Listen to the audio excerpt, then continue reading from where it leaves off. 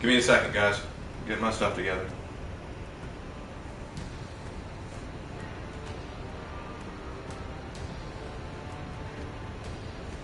Alright. I'm gonna slide this over here. I'm gonna grab my headphones so that I can hear the game. Because I think the game is a little better when you hear it. And adjust my microphone. Good. Good. Now pull up the stream so that I can look at chat.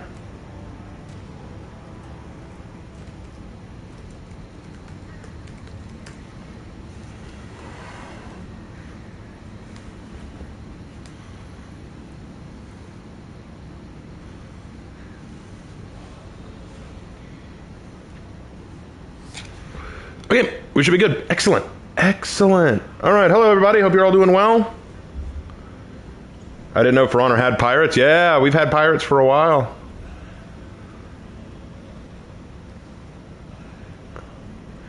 Hey Raven, I couldn't finish your Raven family videos. My phone died. Okay. And how would you feel if Russ took over Dark Angels and Lion to over Space Wolves? Nope. I wouldn't approve of that at all. Let the Primarchs rule their own shit. You know what I'm saying? I feel like they need to take charge of their own destinies. Let them do their thing. Right, I got to do hybrid, knight, and storied. Let's rock and roll then. Hey, Aaron. Yo ho yo ho ho yo ho yo ho ho yo ho yo ho yo ho ho. Gather up all of the crew, it's time to ship out Binks's brew. Sea winds blow to where who knows the waves will be our guide. Or across the ocean's tide, rays of sunshine far and wide. Birds they sing of cheerful things in circles passing by. Bid farewell to Weaver's Town, say so long to Port Renown. Sing a song, it won't be long before we're casting off. Cross the gold and silver seas, the salty spray puts us at ease. Let's do that. There we go. Day and night to our delight, the voyage never ends. Yo-ho-ho, yo-ho-ho. Yo-ho-ho, yo-ho-ho. Yo-ho-ho, yo-ho-ho. Yo-ho-ho, yo-ho-ho.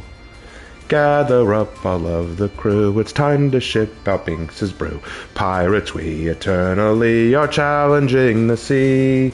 With the waves to rest our heads, ship beneath us as our beds. Hoisted high upon the mast, our jolly Roger flies. Somewhere in the endless sky, stormy winds are blowing by. Waves are dancing, evening comes, it's time to sound the drums. But steady men may never fear, tomorrow's skies are always clear. So pound your feet and clap your hands till sunny days return. Yo-ho-ho, yo-ho-ho. Yo-ho-ho, yo-ho-ho. Yo-ho-ho, yo-ho-ho. Yo-ho-ho, yo-ho-ho. There's more to the song, but we'll stop there because we got to focus. We got to lock in. Let's go. All right. What's the title mean? Another sea shanty? No, that's not a sea shanty, actually. It's a little announcement. I'm going home tomorrow. I'm going home to my parents' house. We'll talk more about it tomorrow. I'm going to be doing a stream tomorrow during the day, and we're going to talk about it then.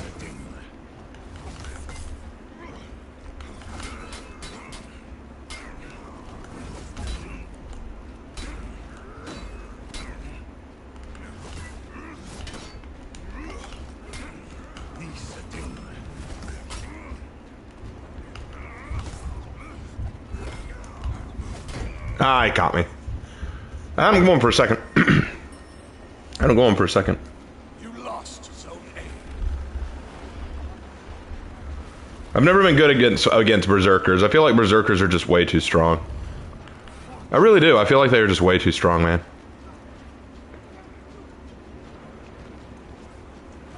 Berserker moment, to be honest. Yeah, you don't have to try very hard with Berserker. Just throw a heavy, then saw feign it into another direction. You captured Zone C.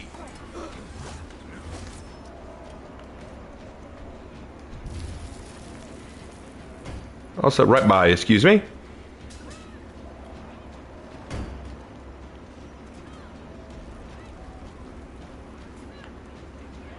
Oh, I left too soon. Hold on. I'm getting it. I'm getting it. Got it. Captured Zone A.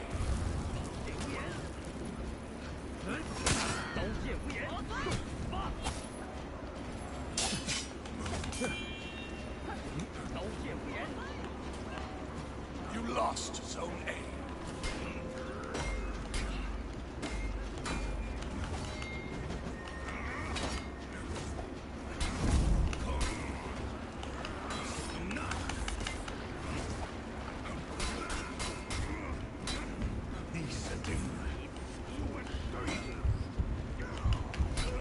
There you go. Just Berserker moment. I can't stand him. At least it's better than Hito. Nah. I actually prefer Hito over Berserker sometimes, because Hito's just brain dead heavy throwing. Zerks are just mind games who think they're good. See, here's the thing. When a person picks up a Hitakiri, they know that they're playing the bumper cars character. They're like, yeah, I know that this character is objectively playing with the bumpers up on the bowling aisle. They're literally playing with training wheels. They know that. They're aware of it. They'll act cocky, but they're aware of it. With Berserker, they honestly think they're good, which is what's sad.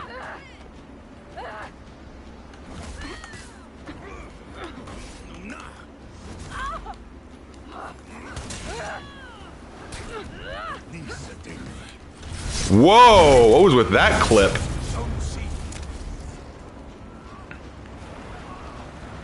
Ever listened to Celtic Women? Yeah, I've listened to him. I've listened to him.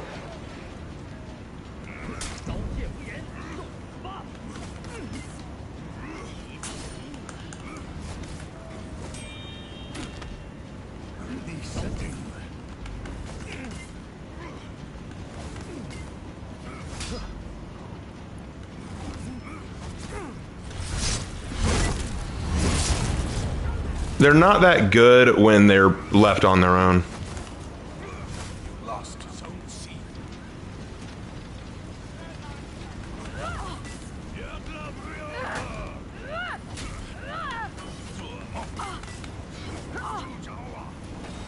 You captured Zone A.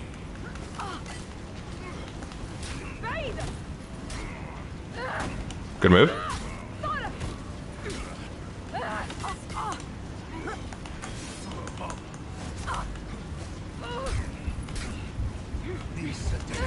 Ooh, I got baited. I thought she was going to go for the knee. I thought she was going to go for the knee. I was sure of it. Anyway.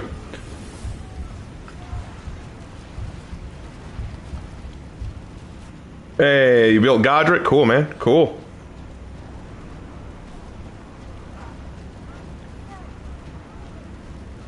You lost Zone A. How am I doing?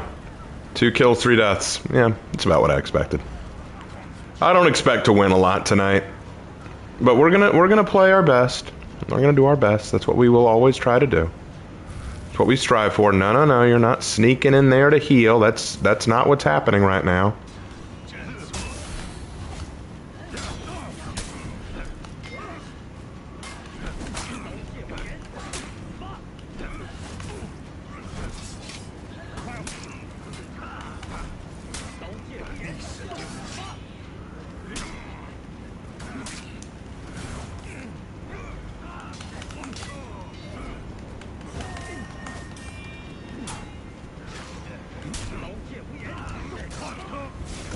Yep. Takes you boys working as a team to get your kills, but I'm proud of you. You learned the value of teamwork. And John Who, you should thank your fucking stars that Blackbriar was there.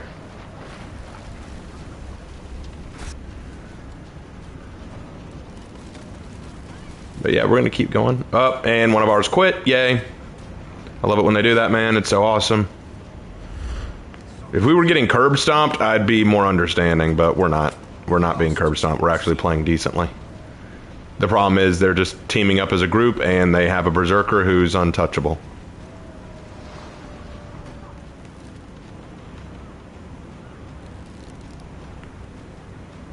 You captured Zone C.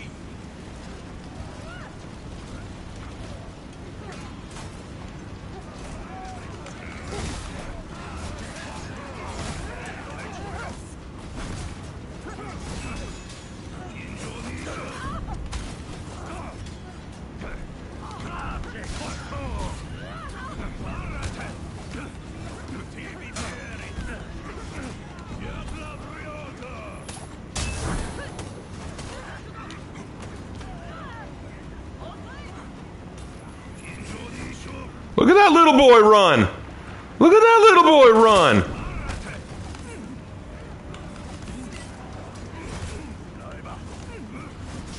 You lost Zone C.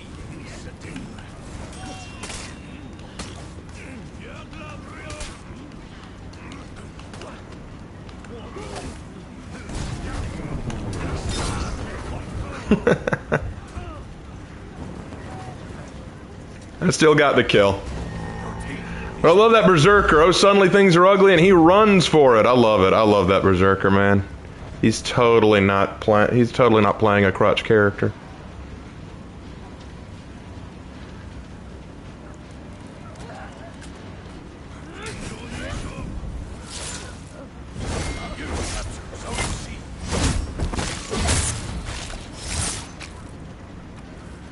All right, let's get going. They're doing a little gank in B, I see. Because of course they are.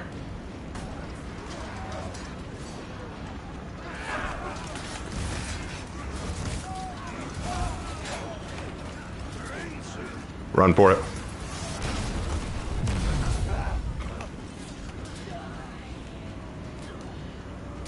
And another one of ours quit. Awesome.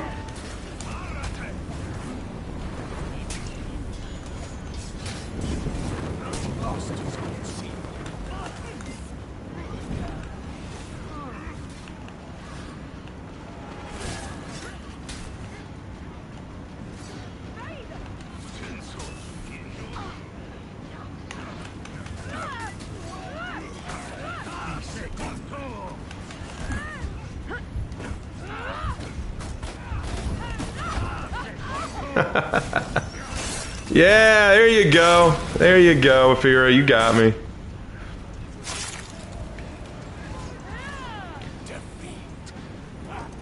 Ooh, Afira's salty. Afira's kind of cocky, ain't she? Whatever. GG's. I know I played well that time, and we lost 2 of our teammates, so I have no regrets. When you're up against a team that just hides behind each other, yeah, that's what it is.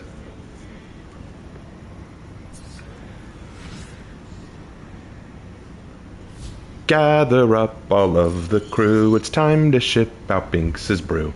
Wave goodbye, but don't you cry, our memories remain. Our days are but... oh, I said it wrong. Days, it's not hour. Days are but a passing dream, everlasting though they seem. 'Neath the moon we'll meet again, the wind's our lullaby. Gather up all of the crew, it's time to ship out Binks's brew. Sing a song and play along for all the oceans wide. 'Cause after all is said and done, you'll end up a skeleton.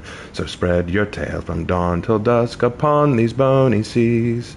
Yo-ho, yo-ho, yo-ho, yo-ho, yo-ho, yo-ho, yo-ho, yo-ho.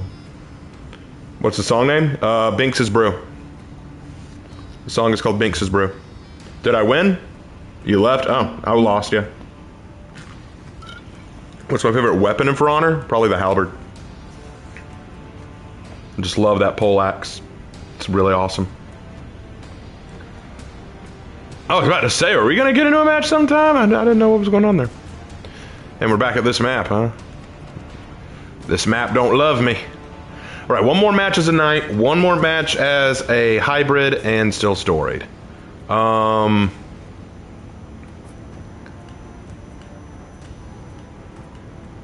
Let's play me. Let's play me this time.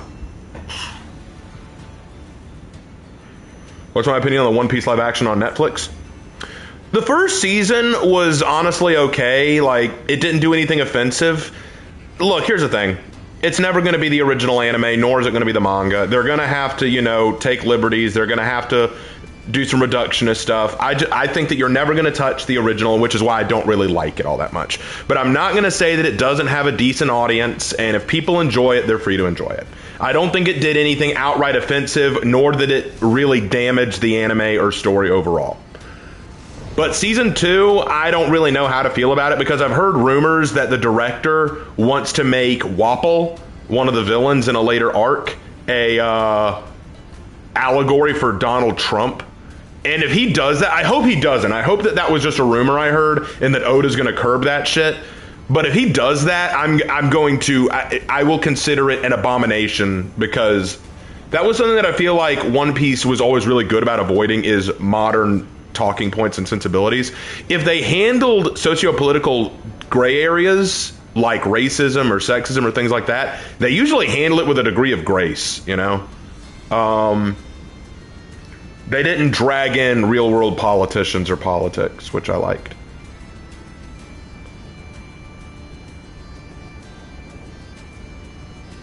God, I hate sword game. Literally had the game and then we just lost all of a sudden. I'm sorry. Lark, something just hit the ground.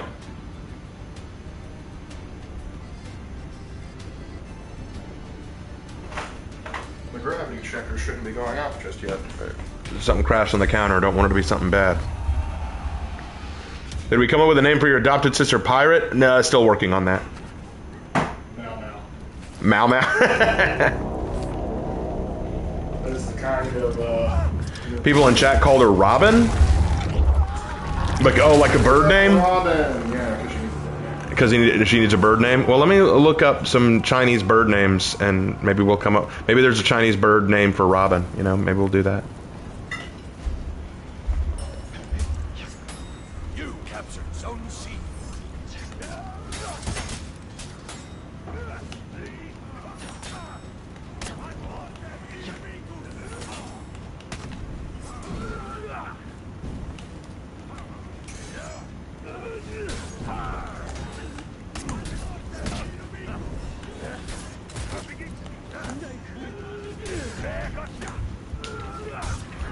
All right, he's expecting parries. I need to watch that. Lost Zone C.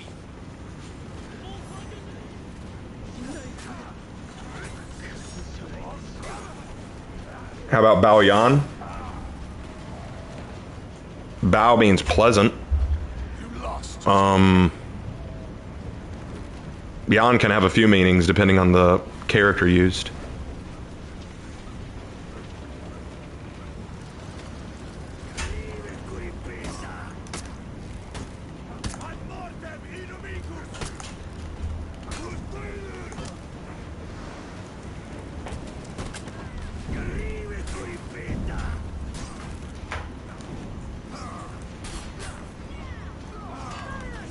You captured Zone A.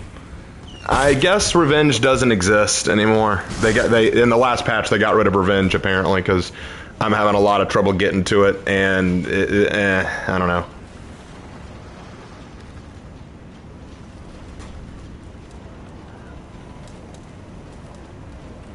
Well, at least we're not losing.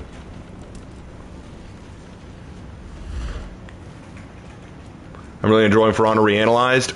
Yeah, thank you. I'm working on Kensei. Jay is doing the art for all the thumbnails, so I'm waiting on him to get some more done. But we already have the next ones ready. I've got Kensei, Tiandi, Pirate, and Nobushi already set up and ready. I just got to make the videos. You lost Zone A.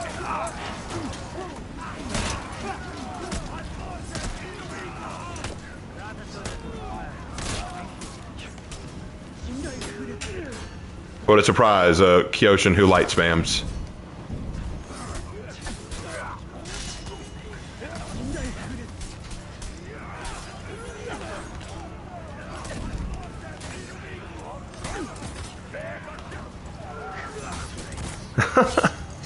Can I fight one of you alone, please? Can I just get one of you dipshits alone? Because look, I get it. You all love each other and you want to hide behind each other to get easy wins, but it really doesn't make you look good. Raven, what didn't you like about Predator Killer of Killers? The ending, the big ending that they're all together now, like they're all in the future, they're all brought back and on the Predator's homeworld, and they have to fight the main Predator. I thought that was stupid.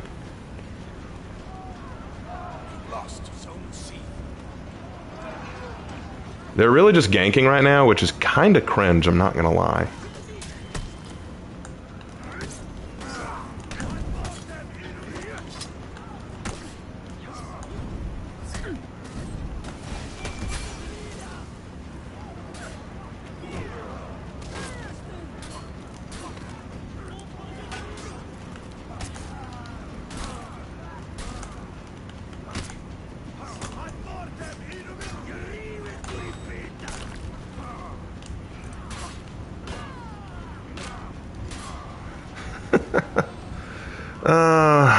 I keep running into the sweatiest teams.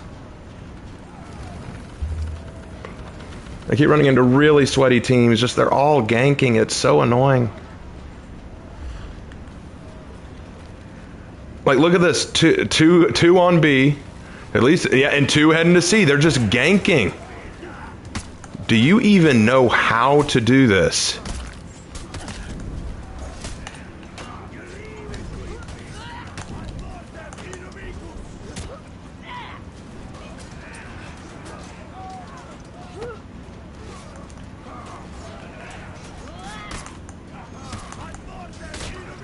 I can feel the Cheeto dust. Raven, I liked your video on family members and For Honor. Thank you. I'm glad you liked that.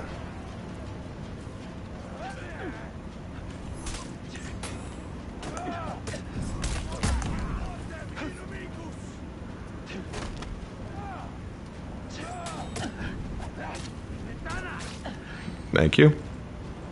Not as fun when you get ganked, is it? Not as enjoyable. It's not quite as entertaining, is it?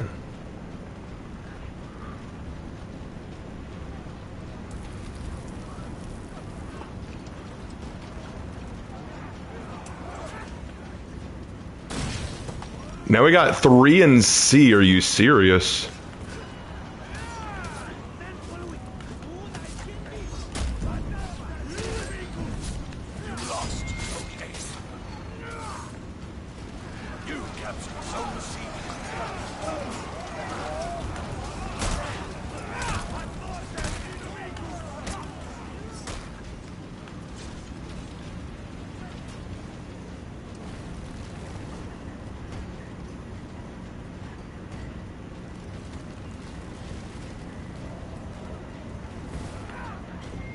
Captured Zone A.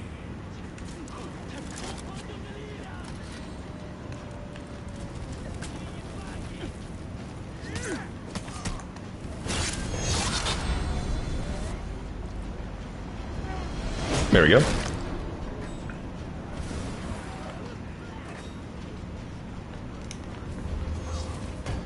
Ooh, Raider being a little sneaky.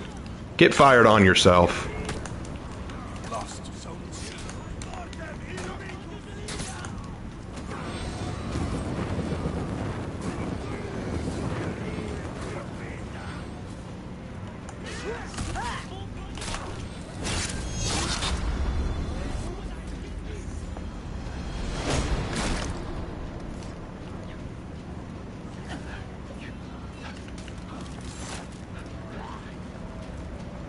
Look at you boys run. I love it.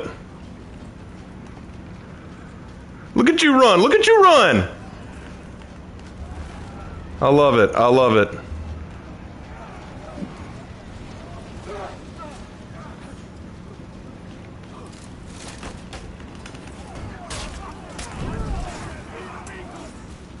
Let's go. Let's go, Raider. Raider found someone to hold his hand. Excellent.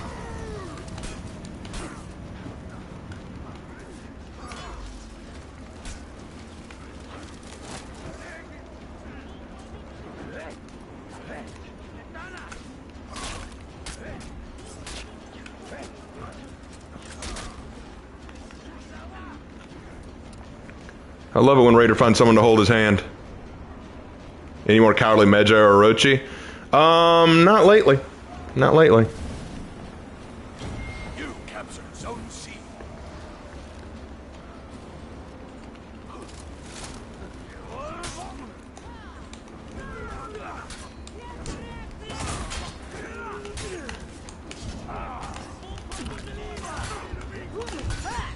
You lost Zone A. Anyway.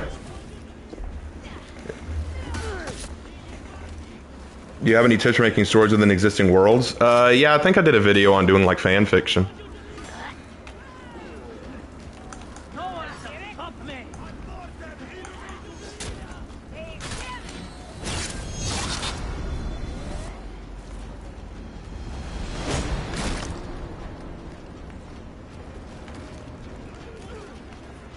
I don't care if we lose. I'm putting up a hell of a fight, and that's what matters.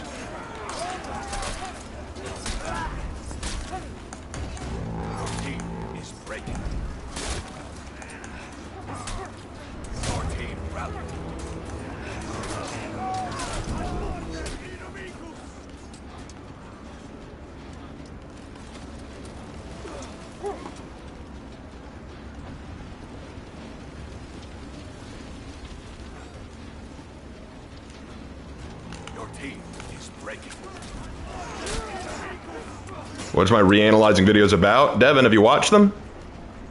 You could always watch them.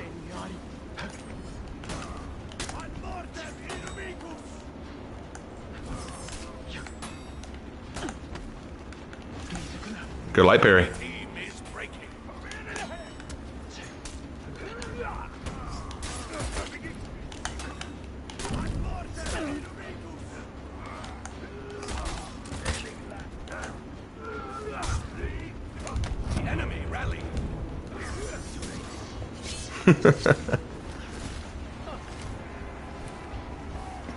Good job, Kyoshin. You had a pirate come and save your sorry ass. You're so good. Kyoshin suck, man. Sorry, new to your streams, haven't had a chance to check it yet. You're cool, Devin. Yeah, basically the Reanalyze series. When I first started YouTube, I did a For Honor Hero Analyze series where I looked over all the heroes and talked about their design, their historical background, their executions, all of that. But I was very new to making videos, and they weren't very well produced. They didn't have a lot of production value. Now that I've had a lot more time and I've gotten better at making content, I wanted to remake them, and so I call it For Honor Reanalyzed or For Honor Hero Analysis, and it's just basically me redoing it and making them better. So that's essentially what that is.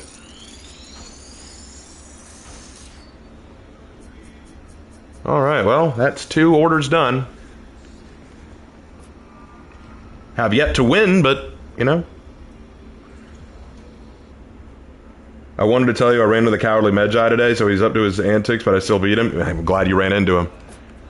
He's a loser. He's a loser. All right, now we got to play as a Viking. All right.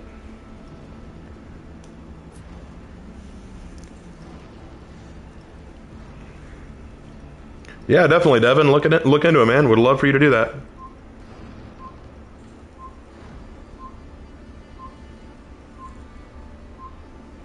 So how this Lawbringer Lark or your dad? The Lawbringer I just played was me. I made each character. Like, you got to go to my family making video. You got to know my family member video. The Raven family. The Lawbringer's me. My brother's Ascent.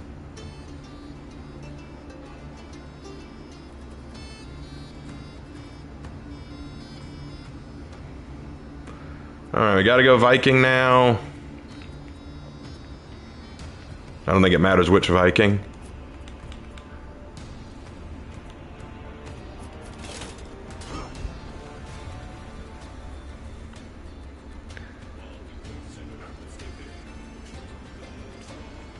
What's the point of running in For Honor? To get away and heal and find help? What's my dad's opinion on Vikings? He's not very high on them. My dad does not really care for the Vikings all that much. He recognizes the historical significance, but their deeds he does not approve of. Which character from Zenless Zone Zero would you go on a date with? I don't really play Zenless Zone Zero all that much.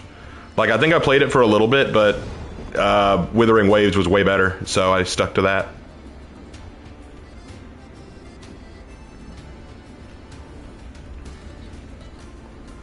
I know the campaign is super old, but would the conch from it, is that possible? Conch didn't change so much from the campaign. Honestly, if you play the campaign mode, do not expect the movesets in the campaign mode to be true today. They've all been changed. Alright, Hitakiri, Afira, and Conch. It's going to be a very difficult match. But yeah, my dad does not like the Vikings.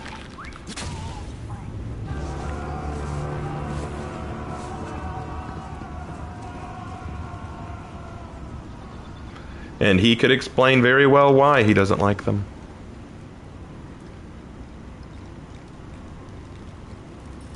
Alright. No one came to A. I was unchallenged there. Good.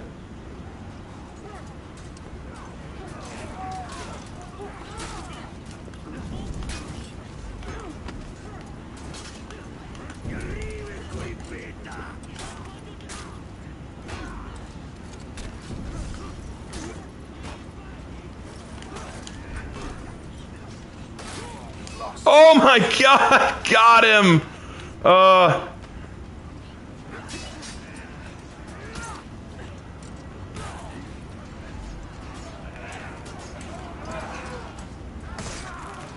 You actually never play conch in the campaign? Well, you play against them. You run into a few conchs in campaign that you have to play against, so don't expect that they'll fight the same way.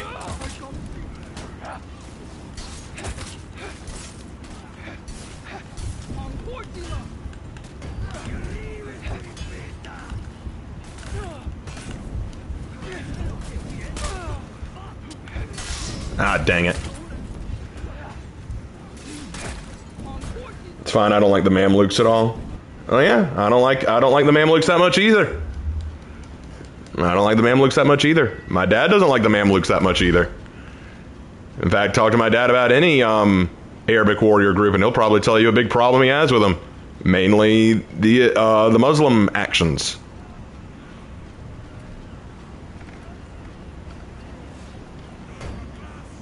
Ooh, Highlander, way to go.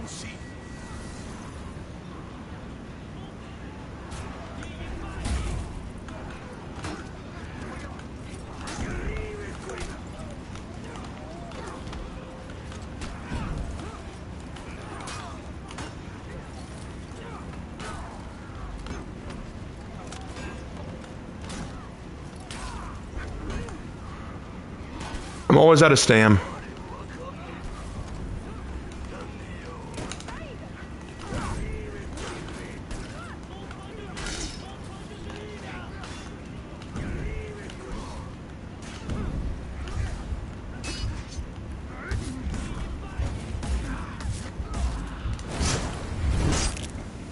That worked out perfectly.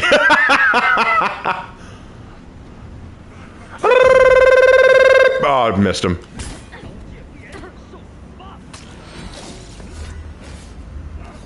Did I notice there's a crack in the canyon map? Yeah, I noticed that. I actually pointed that out to Wextra when we were playing here for the first time.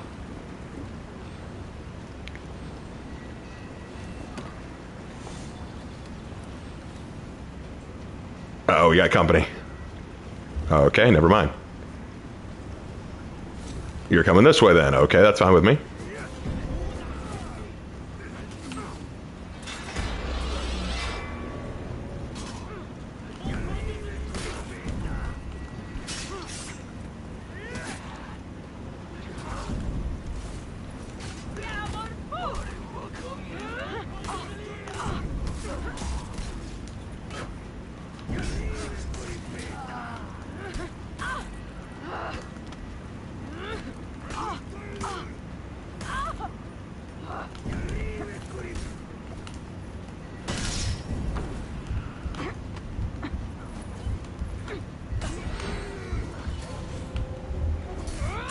Ah, dang it.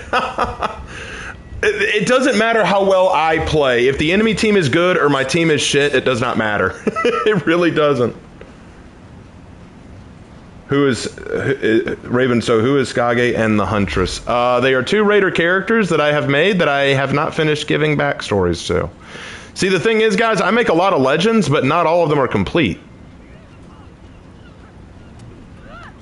You captured Zone A.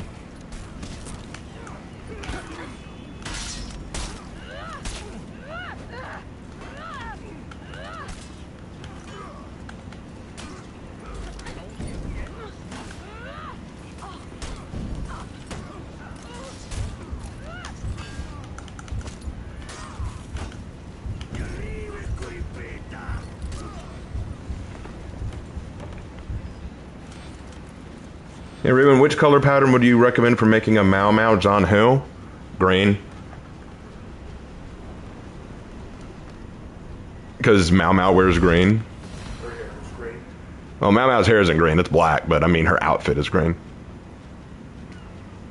Like, if you're gonna go for a color palette for a Mau Mau John Who, I'd go with a green color palette.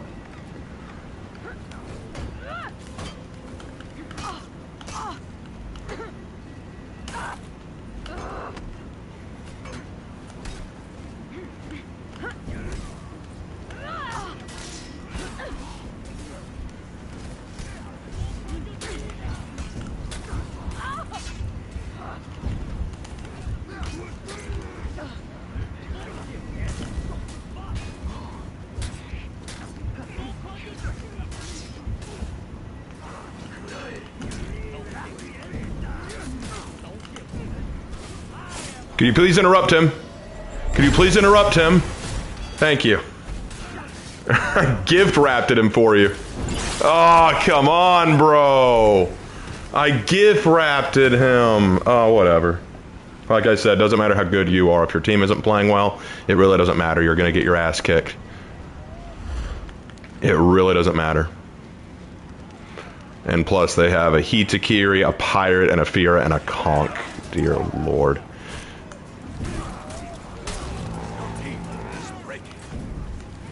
Let's go for 3 losses in a row! Let's go! Let's go! Come on, guys. I believe in us. 3 losses in a row. Let's go. Let's go. Let's go.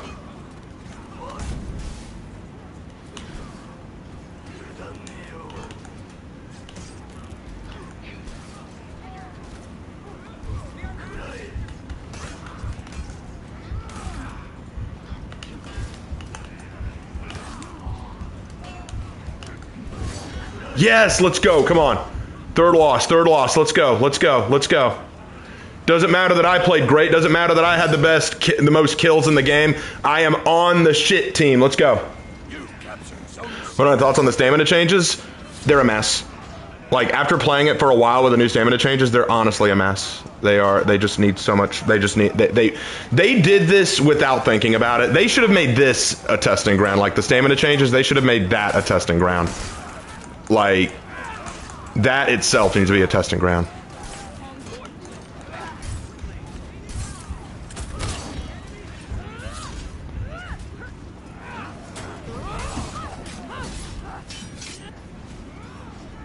Let's go. Hey, Raven, where would the Imperium be if your Vrain and your Ned never revived Gilliman? Did y'all know we had chicken parm sandwiches for dinner? They were really tasty. Good job on you, Lark. Glad you made that. Oh, why did I ignore that? Because it's not even a question. If they never revived Gilliman, the Imperium would be toast right now.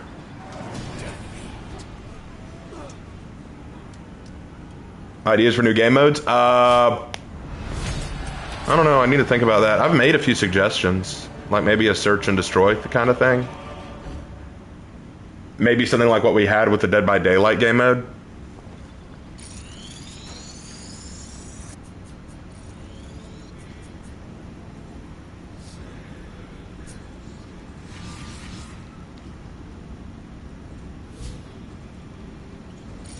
Is it me or is female Hitakiri too cute to be a psychotic murderer? Like, look at her helmet for the Fira armor variation and tell me she looks like a killer. She looks like a killer because she is a killer. The Hitakirian game are psychotic.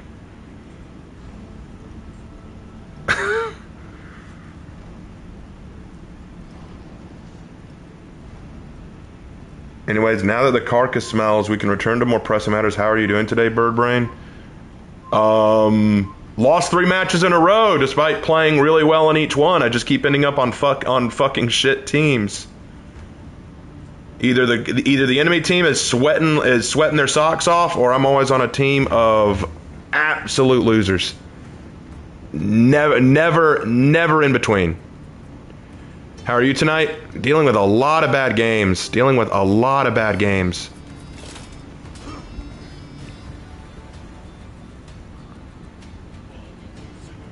I'm hoping that this game turns out better, because right now I'm 0 for 3.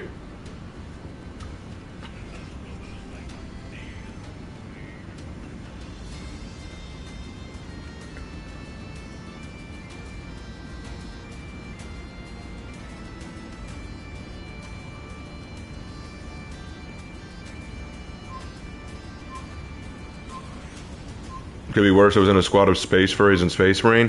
Well, at least that's not. At least they're gonna at least do their job in space marine. Hopefully, the player is better than the chapter they are. At least that would be my hope, anyway. All right, Warden, Black Prior, Pirate, and Highlander. All right.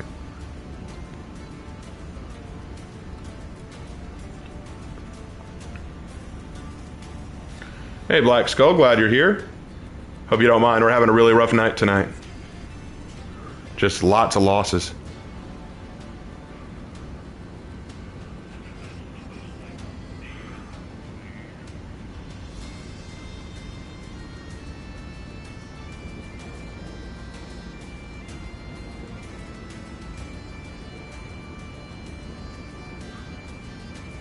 Alas, balancing issues still plague For Honor. There are a few. But the game's more balanced than it has been for a long time. It really just comes down to the players. And just rough matches tonight. Let's hope that this one goes better.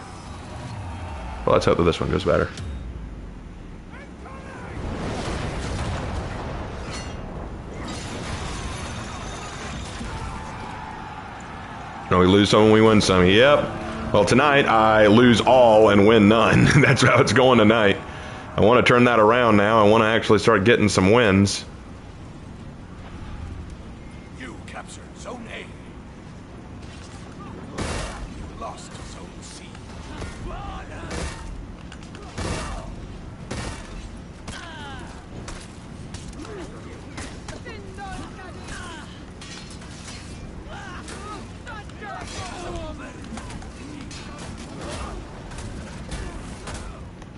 Good job, Shaolin. Oh, we were in sync, bro. That was gorgeous. What's up, Pirate?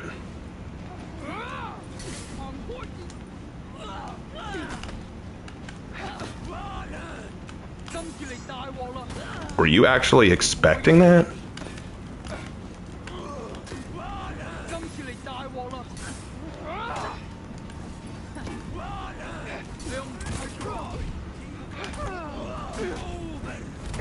Thank you, Shaolin over here covering my ass. Thank you, bro. Oh, that Shaolin just came into back. That was beautiful. That was actually gorgeous. Can we get a round of applause for that Shaolin right now? That was beautiful. All right, I don't see anyone sneaking up that bridge, so we're going to head back to B.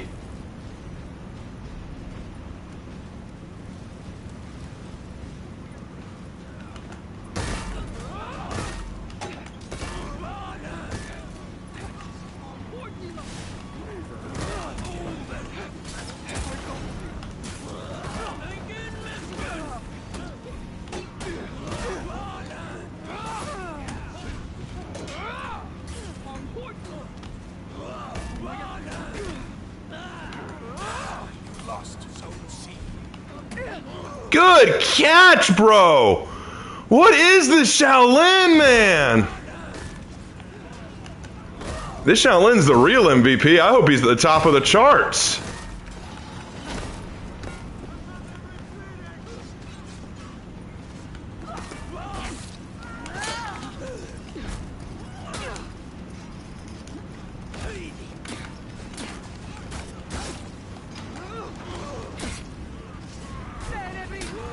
Drop attack from the Highlander, yay!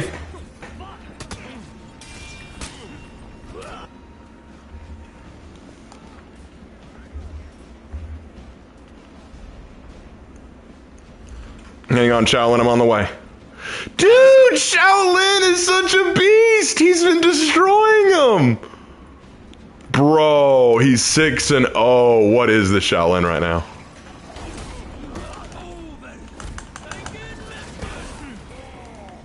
Whoa, whoa, whoa! You drop attacked me, bro!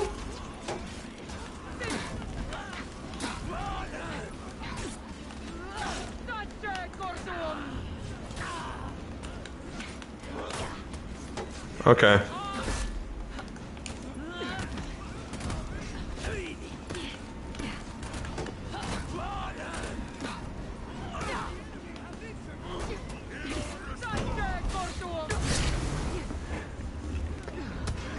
I'm 5-2. That's not a bad score.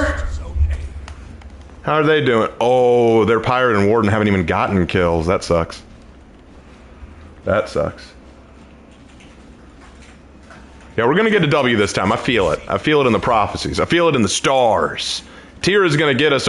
Guys, I forgot to do Tira's how to build. We're gonna do that. We're gonna do that. I'll have that scheduled soon. You're really getting under Highlander's skin. I mean, we got to. We got to get under his skin a little bit. Shaolin finally took an L. Don't worry, dude. You've been kicking ass. You've been kicking ass. Don't even feel bad. I'm gonna hold A. Warden's coming. Be ready.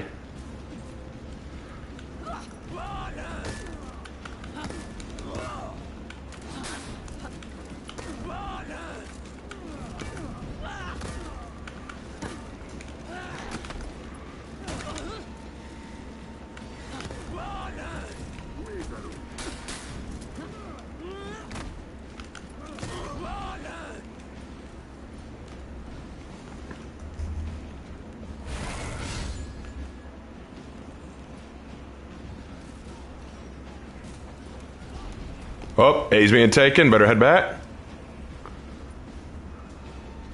You lost Zone A. What's up, boys?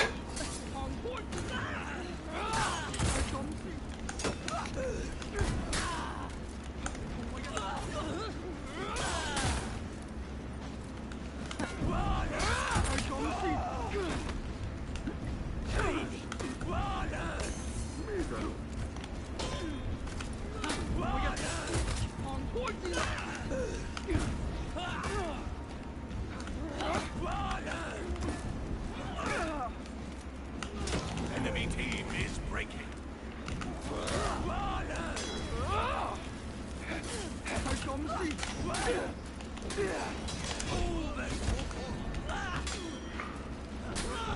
Yeah! Let's go! Zone A.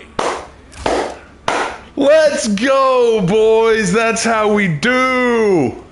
Shaolin for the win. Let's go. Let's go. That was excellent. That was excellent. Hey, my wife hates me gaming. How you doing, man? For your reanalysis, will you go back to Knights after Kensei, or do it by hero class, or then Tiandi, then Warmonger? I'm doing it in order of images that Jay releases, because Jay is drawing all the thumbnail art for that series. So whichever hero he draws next is the hero I do. So right now I've got Kensei next. Then I'm gonna do Tiandi because he's drawn that. Then I'm gonna do Pirate because he's drawn that. Then I'm gonna do Nobushi because he's drawn that. I don't know who he's gonna draw next.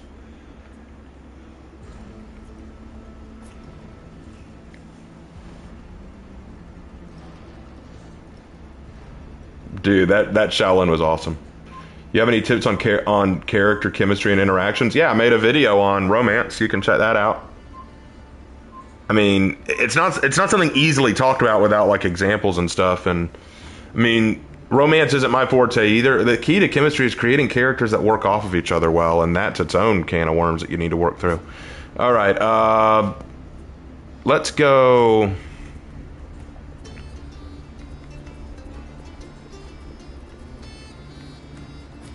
Let's go Varangian. We are the Varangian gods.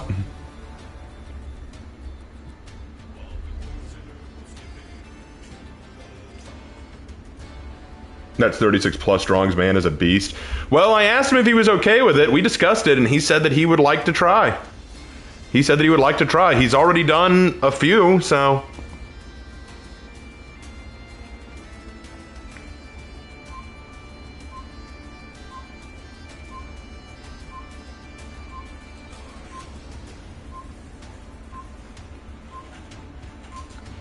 Have you made the sister to you're the younger Highlander? No, I've not. I've not made that yet.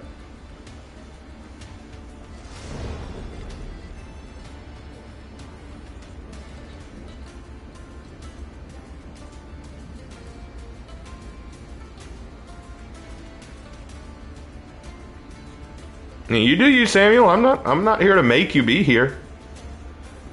My father had a saying, and it's one that we've held on to for a long time. You know what a person cares about by what they prioritize. So I try not to tell people, "Hey, man, you need to do this." No, if they care about it, they'll prioritize it.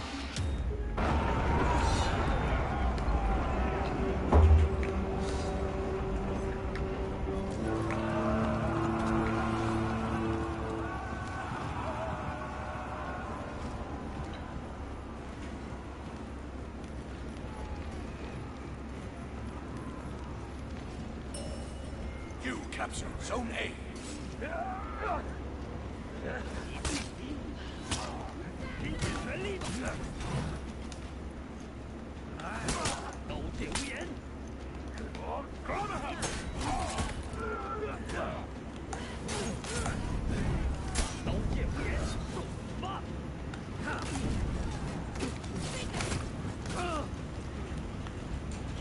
You captured Zone C.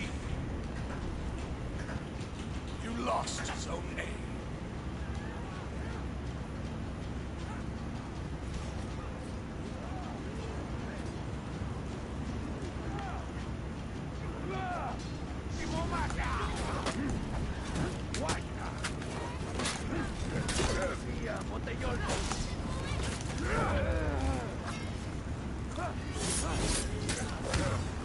Lost Zone C. You captured Zone A.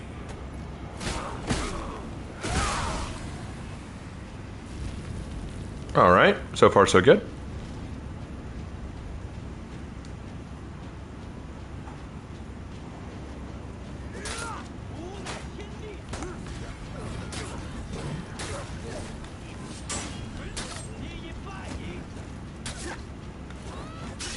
Good read.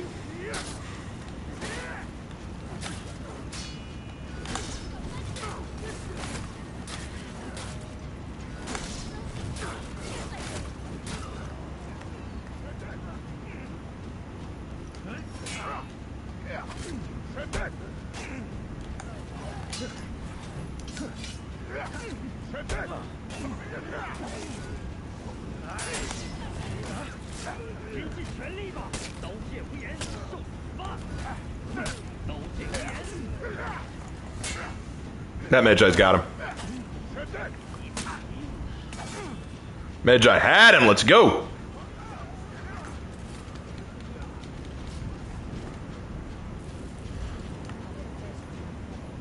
The Raven family is officially built now. To the leveling I go, and so ranked I suffer. Ah, you're good, man. No worries. No worries. Build it at your own pace. Am I missing something? How did you rep so fast? I'm only rep 3 war and it feels like it takes forever to get there. When did you start playing? Because I've been playing since launch.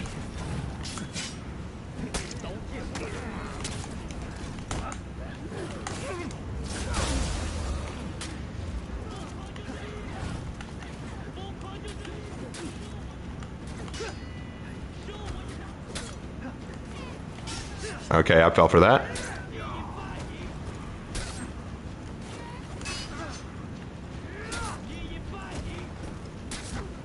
All right.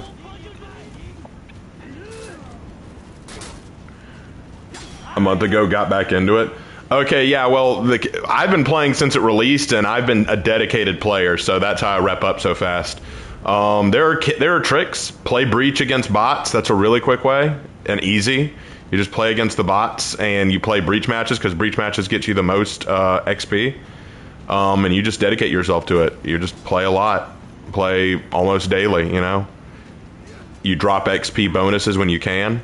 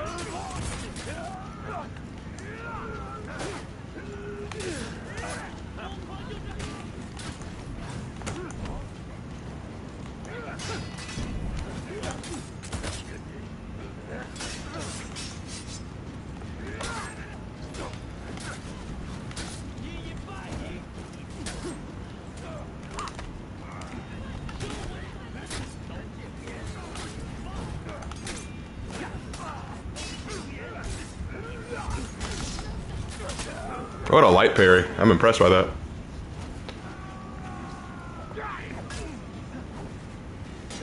I believe in that Magi. He's got this. Raven locked in? Yeah, I was locked in. I was very locked in. I'm going to A. Gotta change things up.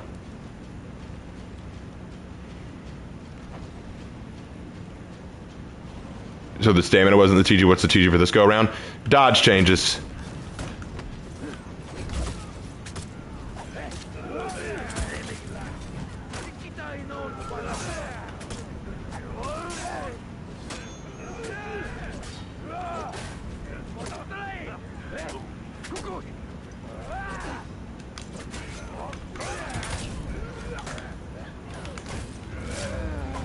You captured Zone A.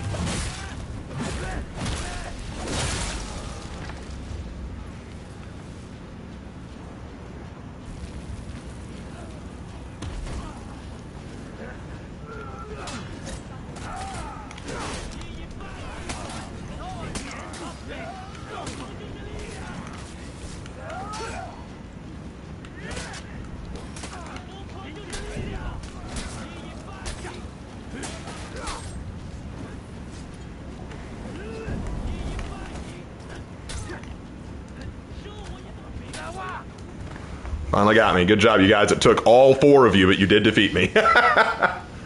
Were you going to give the Raven family a background story? Nah. No need. You're fine as is. I play Griffin for his ringing drip because I refuse to play VG. It's fine.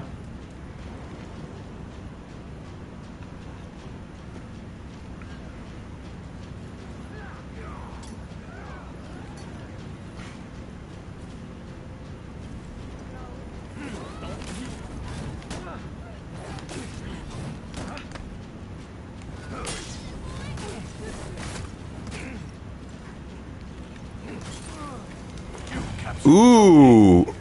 Oh, damn. Great use of last laugh. Oh. That's why he threw that. He knew that he was safe. Oh, that's cruel. That's cruel and unusual punishment. Am I playing Breach bots later? Yeah, probably. Probably.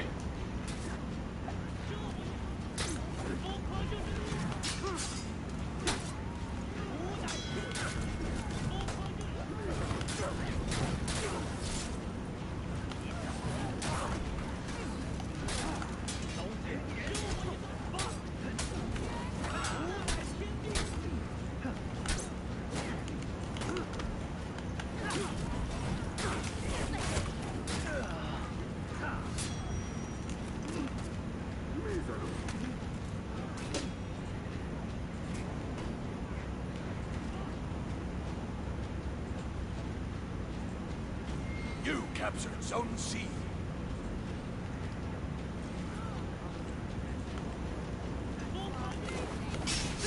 Good read.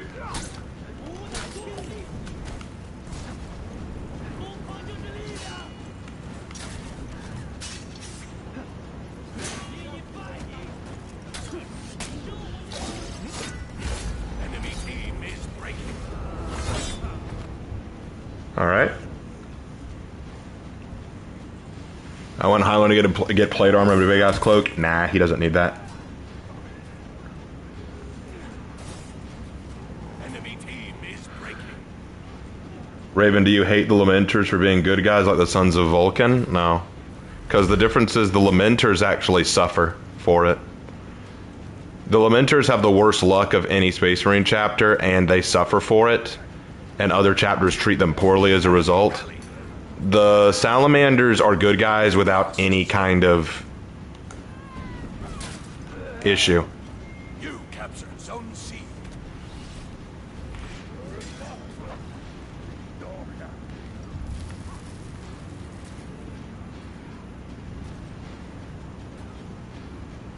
Who are the Lamenters? They're a Space Marine chapter in Warhammer. Yeah, buddy. I ain't making it that easy for you. Let's go. Your team is breaking.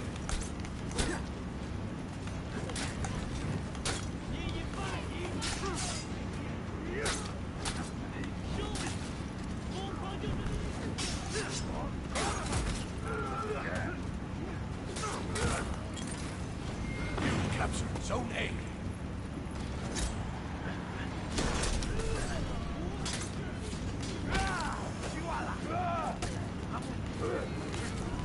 Enemy team is breaking.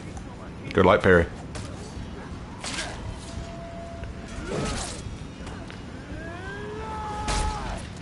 Your team. Hey, we rallied. Come on, guys. No, he didn't finish the X.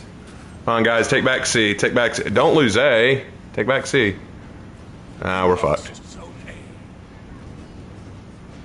A. Anyway.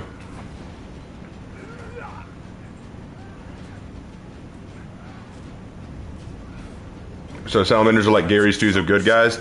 Did you watch my video on the Salamanders, man? Because I feel like I've explained this many times. The issue I have with the Salamanders is that's the only thing people care about. Like, whenever people talk about, man, my favorite Space Marine chapter, the Salamanders. Why? Because they're the good guys, man. And the other Space Marine chapters aren't? No, they're not. Like, because they're all evil. Well, the Salamanders have done bad stuff too. No, but they're good guys, dude. Like, they're the good guys. They care about humanity. They're humanity's real heroes. And I'm like, all the Space Marine chapters in their own way are the heroes. Like, that's how it goes. Crit seat defeat. Yeah, I lost. It happens. It's been happening a lot tonight, in fact. I'm 1-4. So, yeah.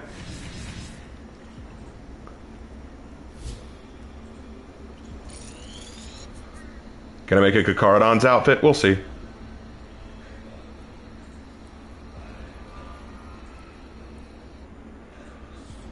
Did I know today's Jaws 50th anniversary? I did not. All right, let's find a new group.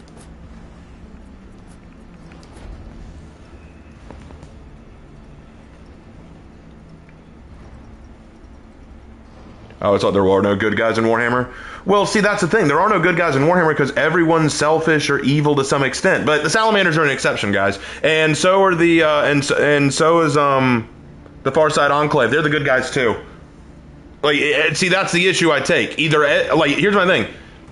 If everyone's a bad guy, then we shouldn't be pointing at this and this group and saying, well, they're the good guys. That's my issue.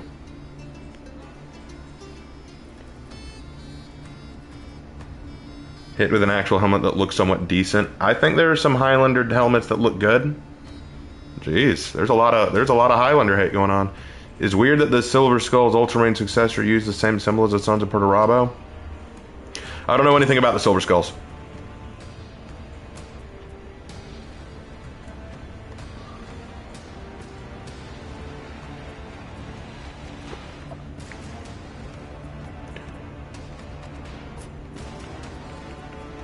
Still got to play as a Viking. All right, let's see. Let's go Highlander this time, just to prove a point. Who's talking smack about the Heinlein? Well, everyone's talking about how he has awful drip, and I'm like, he probably has the best drip of any of the Vikings, if I'm being honest.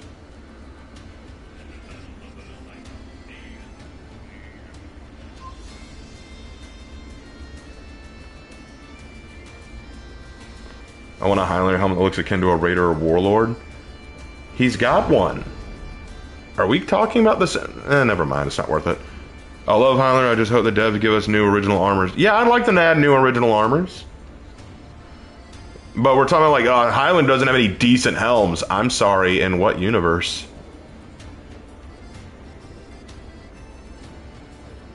Maybe when I ran into Jonathan in a Dom match? Oh dear.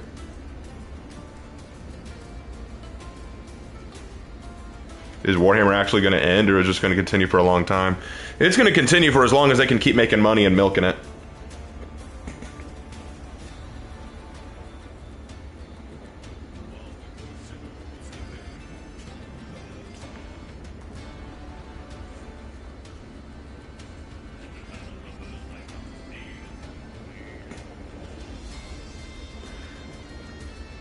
The Milesian helmet doesn't look that good, to be honest.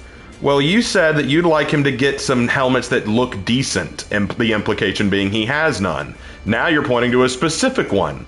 Yeah, I think every hero has one set that doesn't look that good. But to say that he doesn't have any decent outfits because there's one that's bad is very disingenuous. And that's what I was saying.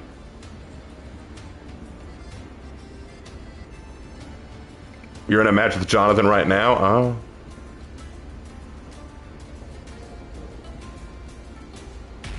Helmet-wise, it's fine, but the mustache? Oh, I see. You just don't like the mustache. Well, sorry to hear that. I don't like that every single Raider helmet has to have a beard that looks exactly the same. There are a few that don't. There are a few that don't have the beard, but most of them make him look like a slasher villain.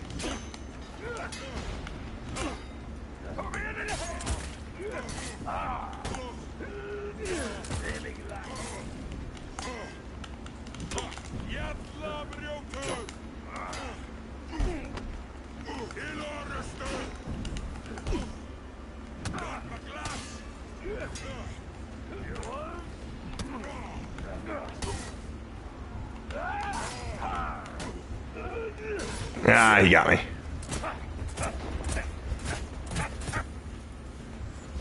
Lost Zone A. Oh well. I wasn't trying to imply that he doesn't have any good helmets. Well, that's what it sounded like. What I consider Space Marines true heroes? Some of them. Some of them I think are real heroes. I think some of them are genuine heroes. Not all of them. There are some that are absolute assholes, but some are genuine heroes.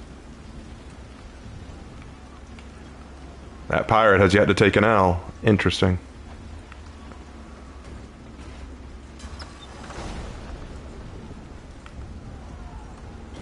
You captured Zone A.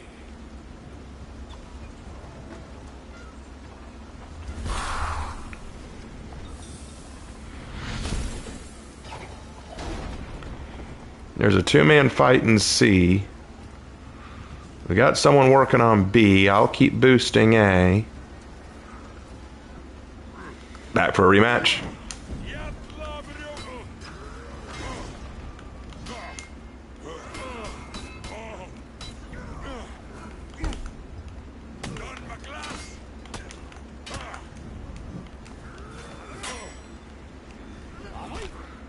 Come on, all three of you, take me at once.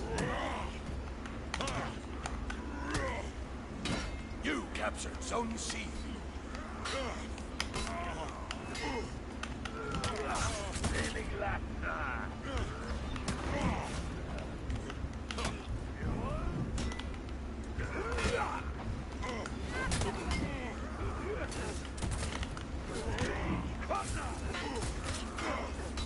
Damn.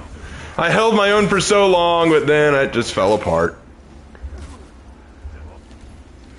I held my own for so long. Y'all saw that, right? I was holding on like a dream. Asmodai is kind of an asshole, if I'm being honest. Asmodai is kind of an asshole, but, I mean, you understand why he's an asshole, but he's still an asshole. But he's got the coolest name ever, Asmodai. You cannot deny that's an awesome name. I mean, he could be an absolute turd, but Asmodai.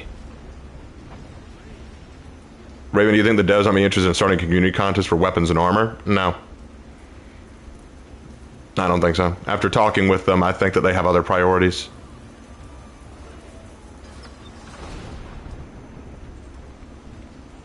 Well, I was coming to help, man, but looks like you didn't need it. You lost Zone C.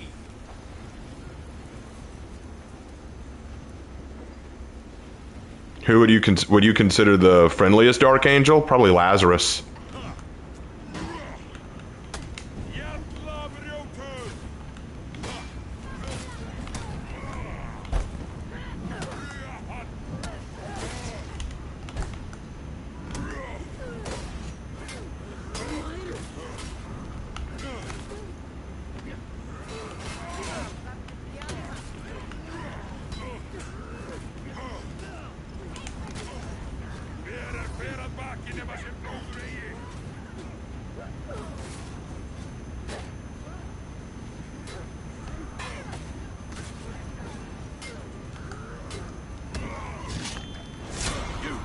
Zone C.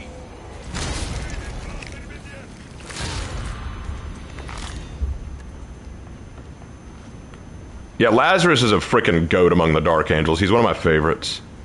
Any thoughts on the next new hero? Probably a Musketeer or a Rapier hero. That's my best guess.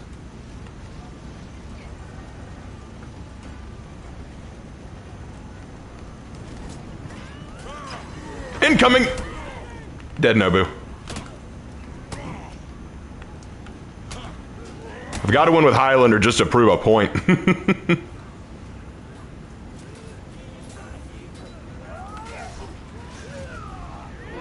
lost Zone A.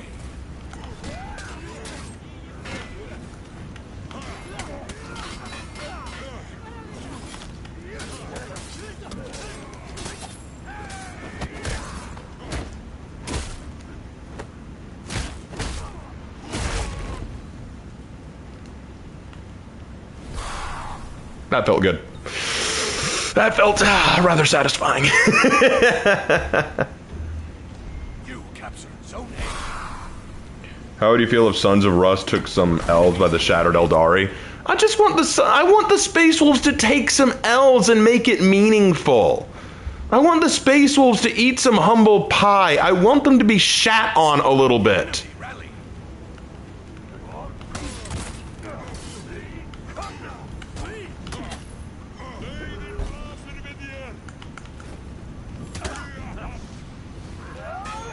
Enemy team is breaking.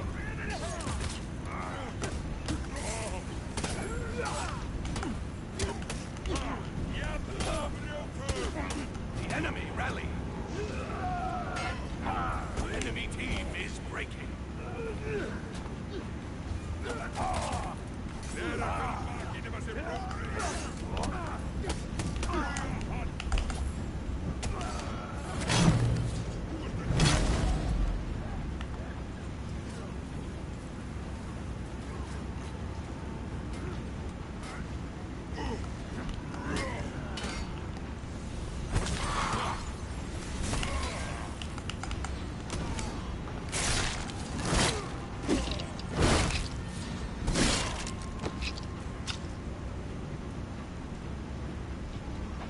Yeah, I got you, bro.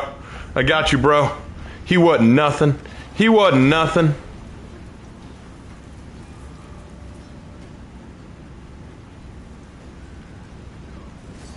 Victory. I shall now play you the song of my people.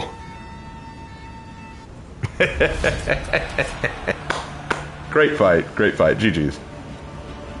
Question: if custodies are best the Imperium has, how did Cypher a Fallen escape their jail? Because Cypher's built different, and the custodies aren't infallible.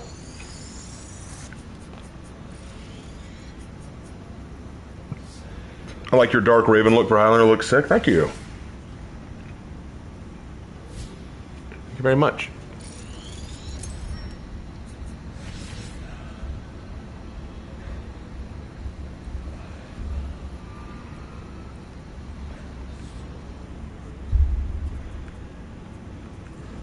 Alright, done with that. Got a Breach Warrior order. We can save that for a little later.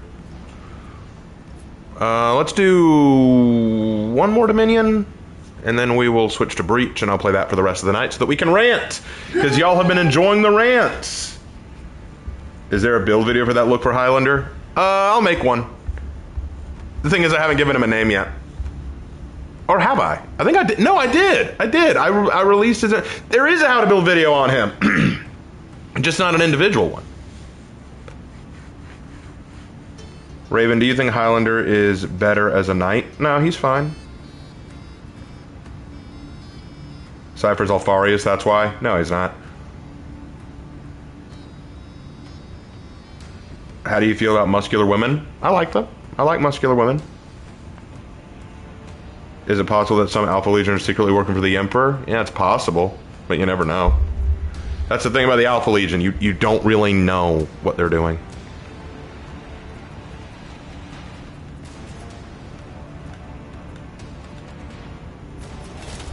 Alright, let's play Gender Swap Me. If y'all know, you know.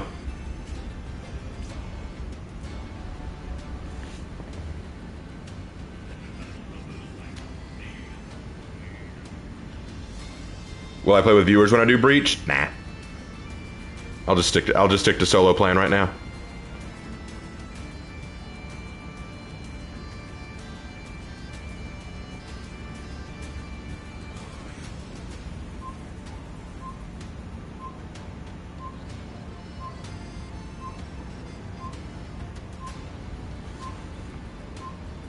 Raven, not now, but do you have a rant on a stupid decision in history? Not right now. Raven, in your opinion, what's better, a hot sandwich or a cold sandwich? Depends on the kind of sandwich entirely. Raven, I'm so close to getting Sohei. Okay, cool. Get there, man.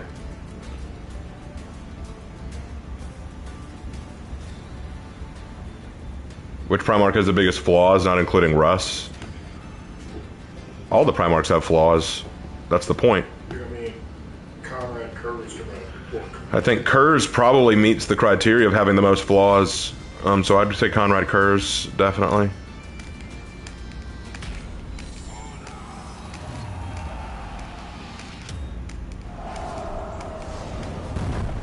You did a knight raised as a Viking.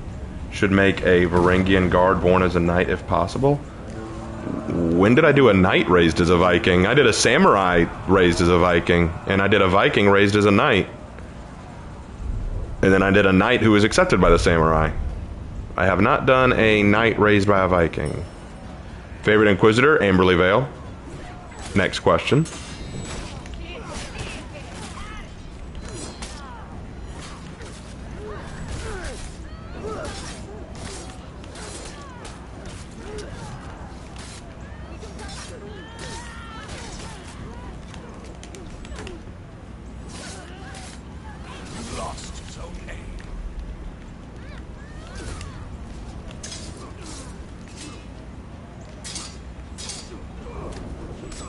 Thank you. You captured Zone C.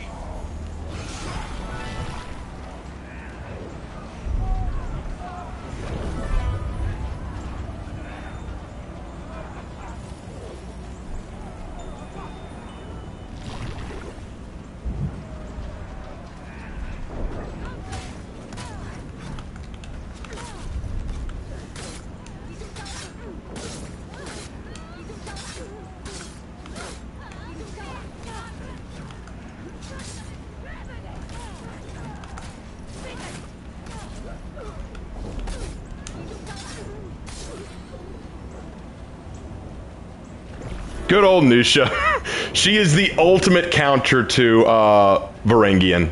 Nusha is the ultimate counter to Varangian. I'm just going to sit here and boost. I'm just going to sit here and boost for the time being. We will probably lose this fight because it doesn't look like my team is doing that good, but I'm going to boost and hopefully my team can rally.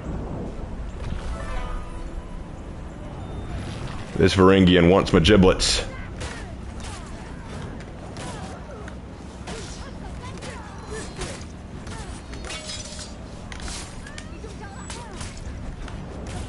Ooh, I mistimed that hard. I mistimed that hard. Raven question, do you believe in ghosts or aliens? No. I thought you had a warden that was born Viking. I did. Ruth. But you said a knight that was raised. That you said a knight that was raised by Vikings. But Ruth was raised by knights. She was a Viking raised by knights. I need 400 more steel. You'll get there, man. I believe in you.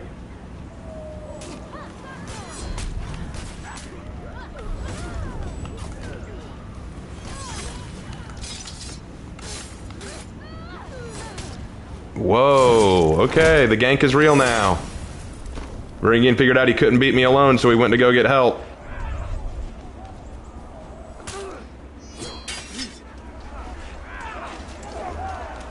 And now he's off to go help him again. This is not going to be a good match, just saying. Because 2 of our teammates haven't even gotten kills, and the gank is real.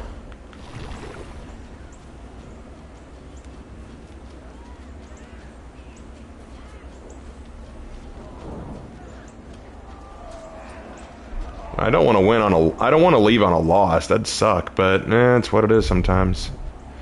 So far tonight, we've won 2, lost 5. That's pretty shitty, guys, not gonna lie.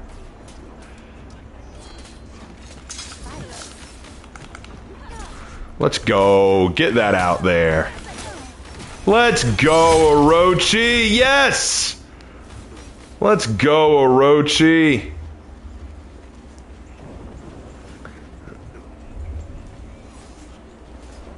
Damn, I'm the only one with more than 1 kill on the... Aw, damn. We're fucked. What about a knight raised by Wu Len? I haven't come up with anything of the sort.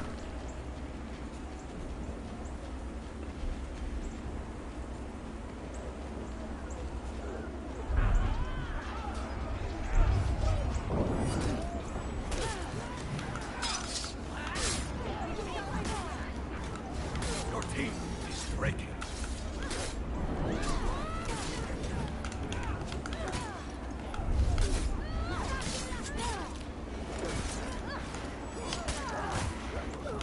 Let's go, bro! I love this Orochi! He needs his feats! Someone make sure this Orochi always has a feed on him, because he can't win otherwise! Y'all notice that? Boy shot his bow at me. Boy used a bleed on me. All of them while in ganking. Boy's a sad case. Oh, I feel bad for him. I feel so bad for this clown.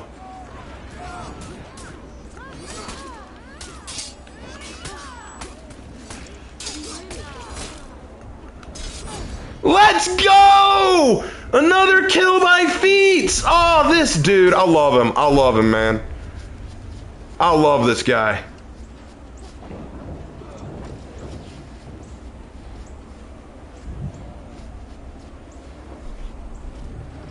How about a knight raised by a samurai? We have Blackthorn, who was not raised by the samurai, but was accepted by them. Dude, I love the... Oh, sorry, good fight. Fuck you and your sorry, good fight. You meant every moment of that, bro. Bro, look at that. One of the Nobushi and Orochi did not get a single death. That is insanity. Ugh. Oh, that was gross. That was actually gross. I was the only one doing well on my team.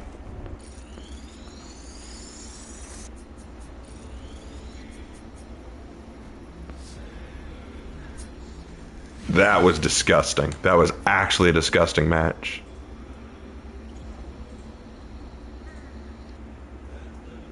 That was actually gross. Alright, well, we're done. We're done with Dominion. Let's move on to Breach. What's yours and Lark's opinion on the Viking TV show? Just kind of shit, really.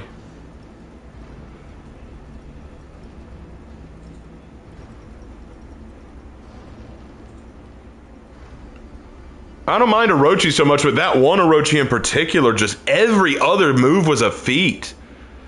The boy, and here's the thing, the boy was hiding behind his feats when he didn't need to. It's so cute.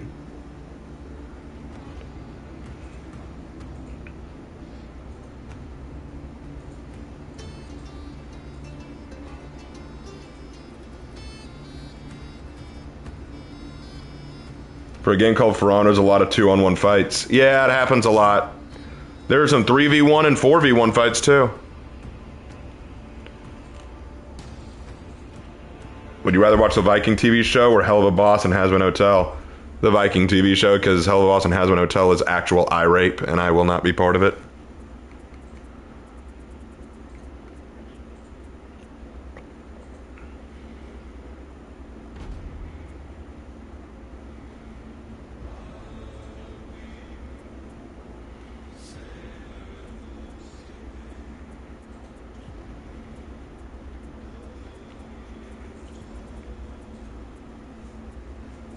How many more Viking matches do I need? 2? Alright, we can do 2.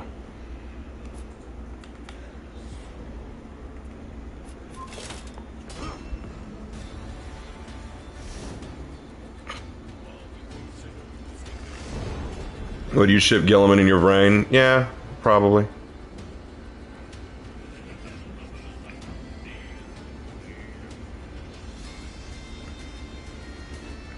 Alright, well now that we're in Breach, now is the time. If y'all have something you want me to rant about, now is your chance. You can get me to rant or whatever.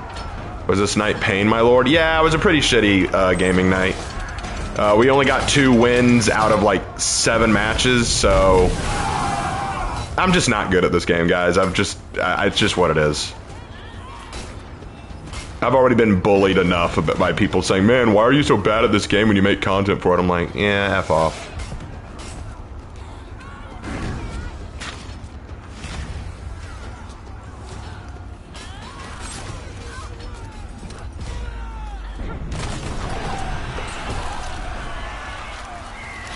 Bots are just kind of stupid. Well, Bullwinkle, I'm sorry that I'm fighting bots. I really am. I know that it's not entertaining. I know that you wish it were otherwise, but you know, you don't have to watch my streams. You can go watch someone who will play PvP against the non-stupid bots. So have a good night, take care of yourself, and yeah, just later.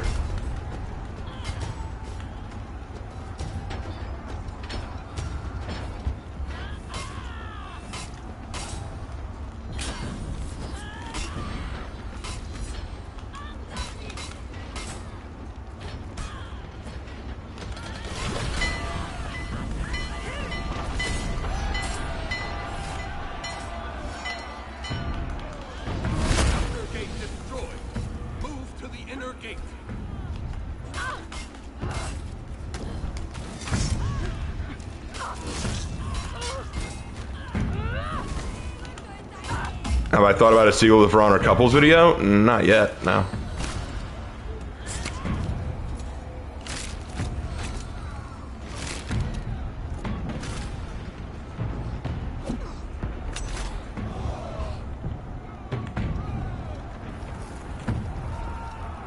Raven, do you enjoy playing against bots or players more? Believe it or not, it kind of depends on what character I'm playing. Like, for example, if I'm playing Nusha or Hatun, playing against people is more fun because Hatun and Nusha require player reactions. Bots can't be fooled that easy. But if I'm just playing like a Raider or Warden or something like that where it doesn't matter, then bots are more fun because bots will give the right reactions.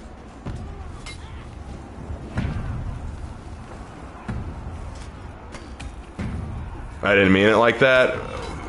Bro, what you said, you gotta understand the way that comes across to me. You say bots are kind of stupid right as I'm switching over to bots because I'm ready to just chill out and rant. And I have a lot of people who say that, you know, it's cringe to go up against bots, or that you're bad at the game because you're playing bots. I actually saw that in a forum post. Someone was saying, what do y'all think about Raven Knight? And one of them says he's not a real, and one of them said he's not a real For Honor content creator because he only fights bots. Now, a few people did point out, no, he doesn't just fight bots, but he does often end his streams by fighting bots on Breach. But either way, the point was made. You know, it's like he's bad because he chooses to fight bots instead of people. And so there is this common consensus that if you choose to play against the AI instead of against people, you must be bad for some reason. And I never said I was good. I never claimed that I was great at the game, and I think that my record will indicate that I need to get better. Well, fuck what they say. Bullwinkle, you're the one who said bots are stupid. And I assumed that you were in that camp.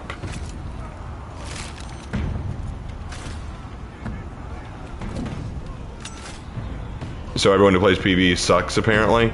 Well, honestly, yeah, because if you talk to a lot of competitive players, they don't like playing bots at all. Like, that's one of the reasons Havoc, I don't think, plays with me much anymore, because he knows that I close out the streams against bots, and he just refuses to play against bots. I think that's why. I could be wrong. But I don't mind. I mean, I play Havoc. I play a lot of other stuff with Havoc.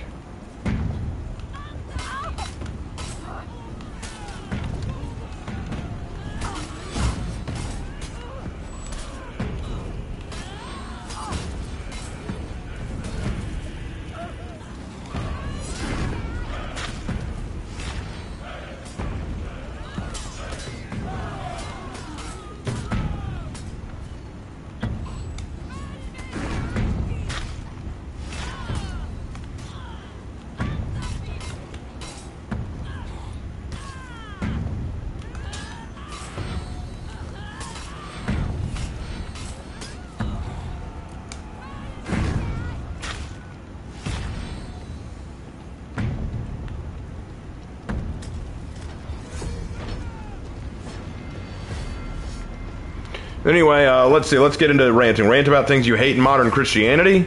There's a lot of things I hate about modern Christianity. Could we narrow it down a little bit?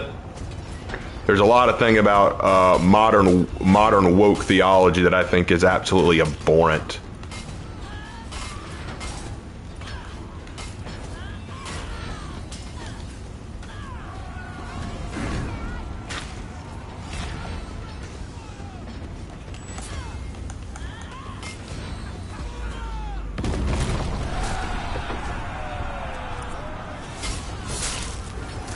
To me, woke theology is all about just throwing away your ideals and your faith for the sake of, you know, pleasing people. And the thing, I think there are a lot of things I hear from supposedly progressive pastors and speakers that it's not just that they're off the mark, it's that they sound heretical. It's that they actually sound blasphemous in what they say.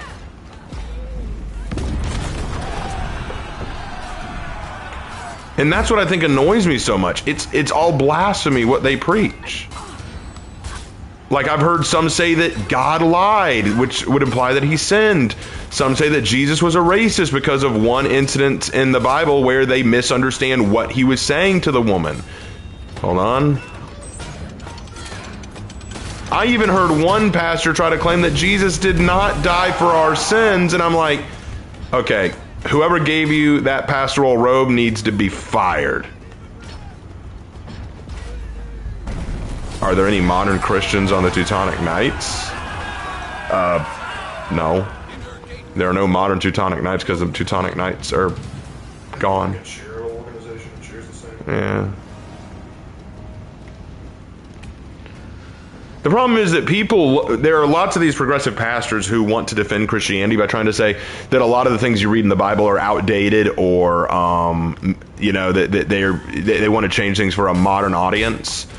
And like, we're a Christianity for today's world. I'm like, there is one Christianity, there's one faith, there is no other.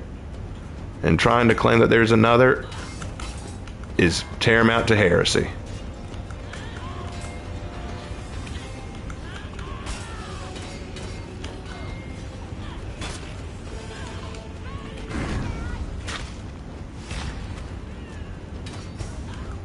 Like, if y'all can give me some examples on progressive Christianity that y'all have heard that you want me to rant about, that would help, because there's so much there, it's hard to talk about just progressive Christianity in general.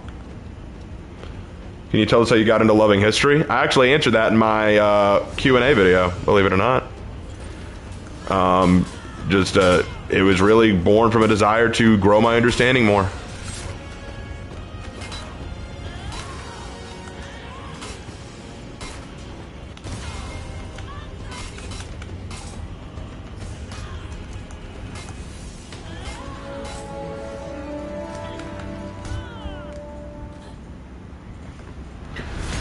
Anyway, there is stuff in the Bible that cannot be more relevant. Like every time Judah is doing good, they turn from God, look to the world, even God idols. Yeah, if you look at the book, my pastor once said that if history repeats itself and we're repeating the Bible, we're living in the time of the Judges, because we're very much like the Judges now, which is crazy.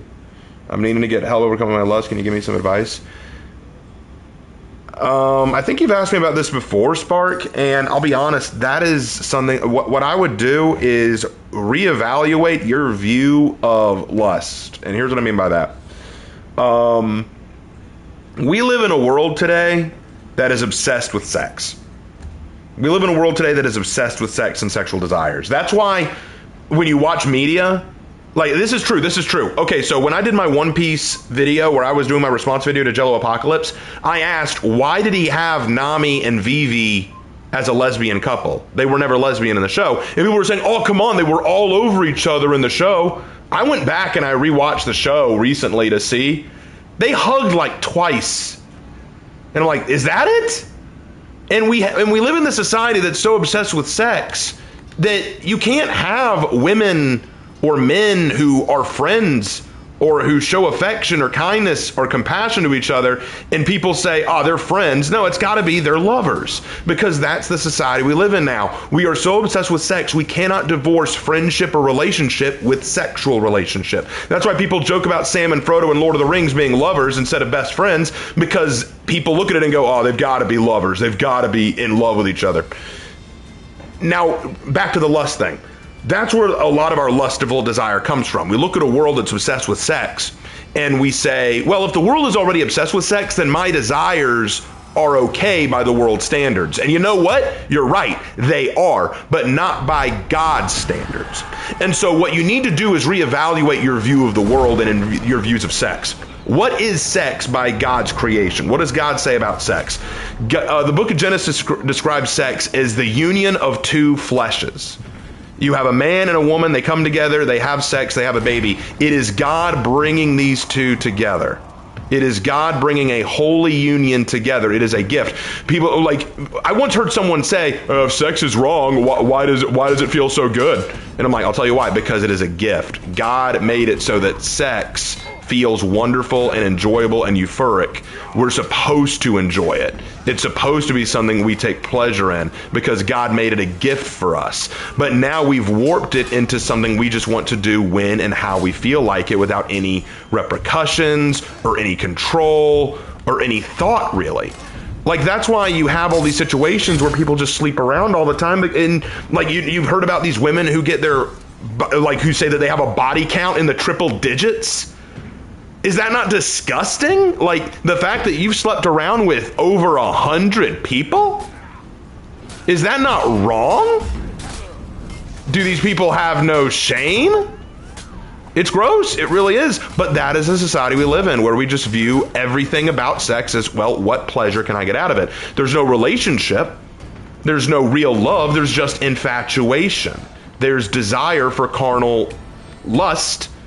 And thus you create that. So what I would do is to conquer your lust. First of all, recognize that your lust comes from a point of humanity that you need to work through. Second, try looking at that which you lust for or find appealing, and try to look at it in terms of how would God look at it. So like, if it's porn, if it's a porn thing, trust me, I get that. I've had my own struggles with that as well. If it's a porn thing, consider the woman that you're looking at and ask yourself, who is this woman in God's eyes?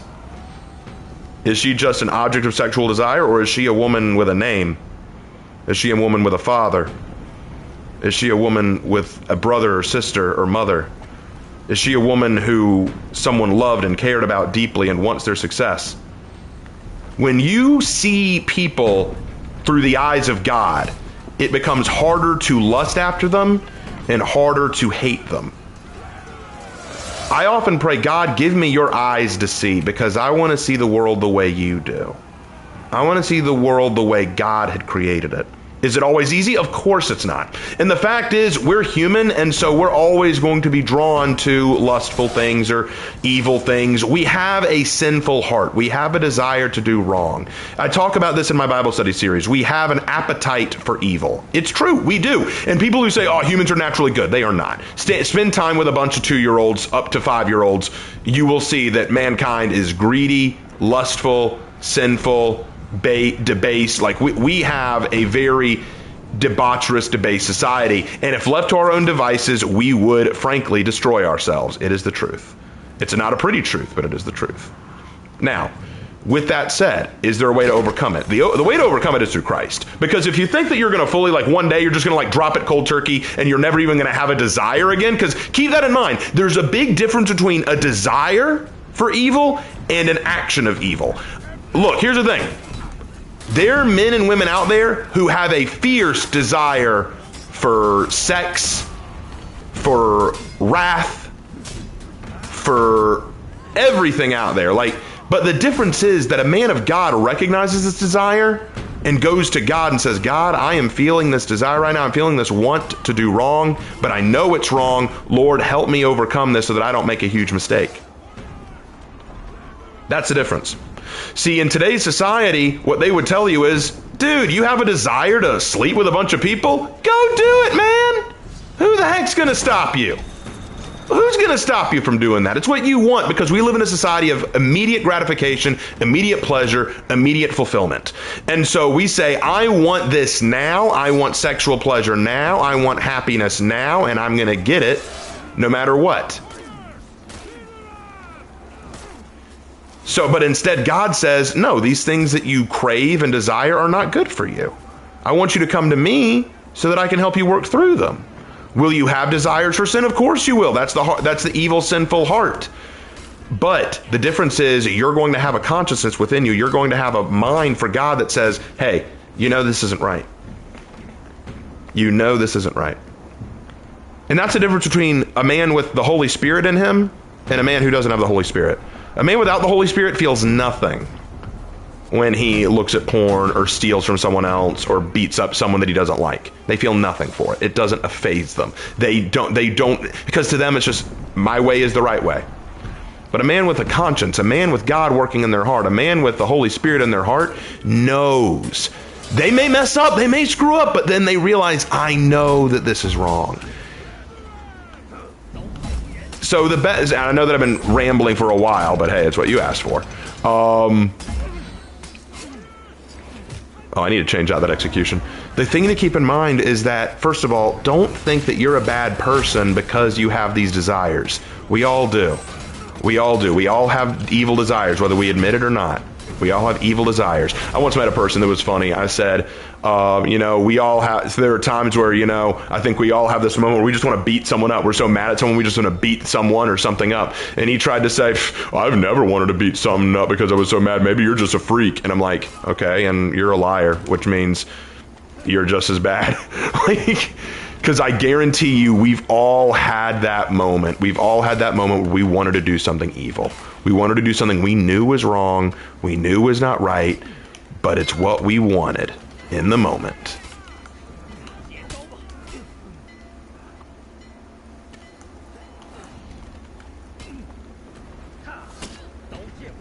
Hold on, let me deal with this on who. Got him. Anyway.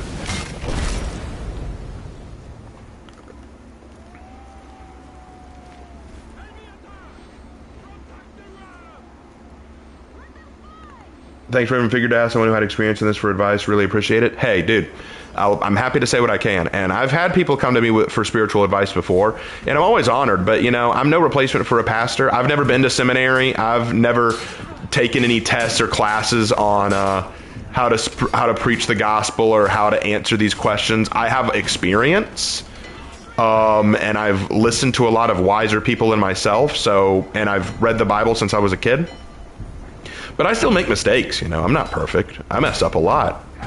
I still mess up a lot. And there are days where I really do struggle. I have some hard moments where I struggle with sin, or I struggle with desire, or I struggle with doubts. I have that. It happens. So what I would encourage you with is, don't feel like because you have struggles that you're a bad person and that you're not saved. It just means, hey, that's something you got to bring to God and work through with Him and work through with your fellow believers. It's why we have a community of Christians. It's why God calls us to be a community. Come on, I want to do a deflect. I want to do one deflect. He died before I could. That sucks. Anyway, anything else you want me to rant or talk about? Hey, we're on a roll. Hold on, I have a list. You have a list, really? Lark has a list of things for me to rant about. Somebody else has anything else. So, Kingdom Hearts again, because people California in general. The male fantasy. The male fantasy. Misconstrue that. And one that I personally would like to get your opinion on. People claim that Twilight would make sense to men if they're just gender swapped, and that would make the story. Rant on DMC Netflix show? What's the DMC Netflix show? Devil May Cry. Oh, I never played Devil May Cry, so I don't know anything about it. I think it's hilarious, though, that they made the demons the victims. I think that is very funny. Okay, so you, Lark, you wanted me to rant on, what was it again? It was near the last part? Basically the concept, like, once you gender swap the characters in Twilight, suddenly it's a good story for men. I meant before that, like something about the male fantasy? Yeah, the male fantasy. Why do you want me to rant? People misconstrue that. Like, you remember that thing, like that was on Twitter, showing that those clips from that one anime movie, and how they were all freaking out. Oh yeah, that story about so apparently there was this clip that was going viral. It was like a trailer for this anime. I can't remember what it was called for the life of me. I actually watched it. It was really good. It was about this girl who was in a wheelchair and this guy who was assigned to take care of her, and they form a relationship. And the clip that the montage of clips are really cute scenes of them on dates together and, you know, spending time together. And I thought that it was really beautiful. And someone apparently sent this clip live, and they said, hey, this is the male fantasy. And this caused a spark of outrage from the wider community, saying, this is really gross. No man would men don't actually want this. Men are evil. This is all just a fetish thing. And here's the thing. I'm gonna reveal what the male fantasy is. If I have any women in my audience listening, I don't know if I do. I don't know if I have any women listening right now. I doubt it. If you're a woman, raise your hand. Like, let me know, because I'm very curious if I have any ladies in the audience. But if I don't, it's fine, because I think this applies regardless. First, let me pick who I'm gonna play. Do I have any specific? No, I don't. Okay. Let's go. Let's go Aussie. Ocelot. But anyway, so I'm going to reveal to you the male fantasy. Here's what it is. What men want more than anything is love, compassion, and people who and people who care about them, and the ability to care for them. What a man wants is the ability and opportunity to care for, protect, and provide for people who care for them and support them in return. To put it simply, it's Jordan Peterson's example of the knight slaying the dragon to save the princess. You can't, that is the most fundamental male fantasy. Why? I'll tell you why. Because what it is it is multiple things. First, it is the desire to fight and rid the world of evil. A man's desire is to fight and rid the world of a threat, to fight and rid the world of something wrong, to protect what they care about by slaying the dragon. The dragon is the threat, the dragon is the wrong, the dragon is the destroyer, so they are going and taking care of the threat. Could not be more simplistic than that. Hold on. Oh crap. That didn't go well. Second, It is the preservation of that which is good and meaningful, that which they care about and cares about them. The princess, or whoever it is the man is saving, is a woman who we can presume cares about the knight, or who is a symbol of innocence and good, and the knight is protecting that. What men desire is the opportunity to protect that which they love, to provide for that which they care about.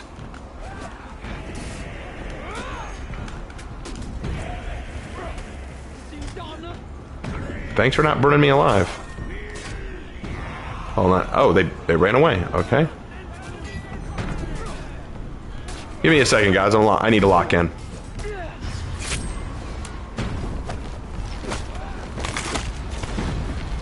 So when I look at this anime about a guy who is taking care of a girl in a wheelchair, some people look at that and say, oh, it's a fetish. I look at it and I say, that is a man providing for a woman that he cares about, and she in turn shows affection and compassion to him. That is the male fantasy. That is the male desire. Every healthy male, at least that I know of, has that desire in their heart. Yes, like people say, men are violent, men are aggressive. Aggressive at what is the question? A good society, a strong society should teach men, teach boys, yes, it's okay to be aggressive, but where do you point that aggression? How do you use it in a healthy, constructive way? How do you point that aggression at the wrongs and evils of society? Do you want to know something that I saw? I'll never forget seeing this. It was so cool. I was at a restaurant one time. This was a long time ago. It was years and years ago. I was at a restaurant one time, and I saw this guy getting a little abusive with his girlfriend. Now, I'm not saying like he was hitting her, but he was yelling at her. He was getting very loud, very aggressive, getting a little shovey. And I will never forget, every guy in the restaurant, even those with families or women with them, got up, and suddenly you saw this, I think, 7 or 8 men of various ages, as young as I was, and I think I was like 21 or 22 at the time, and others who were in their 50s. I think I saw one who was 19, all standing there glaring at this guy, ready to throw hands. These men recognized this woman is in danger. This woman is going to be hurt, and we will do what we have to prevent that from happening. Is that toxic masculinity? Is that evil, bad men? No, those are men doing exactly what they were meant to do. Protecting innocence, protecting good, and standing in the way of that which is evil. But there's another side to this desire. Men don't just want to be the providers and protectors. They want to be appreciated and loved for it. They want to be appreciated and loved for it. Women in my audience, if there are women in my audience, know this. There are men in this world who will walk through hell itself to make you happy, but they also want you to love them back. They want to be appreciated for the sacrifices and struggles that they go through for you.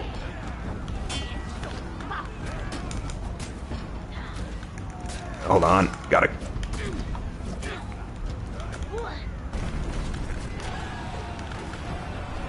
Hold on.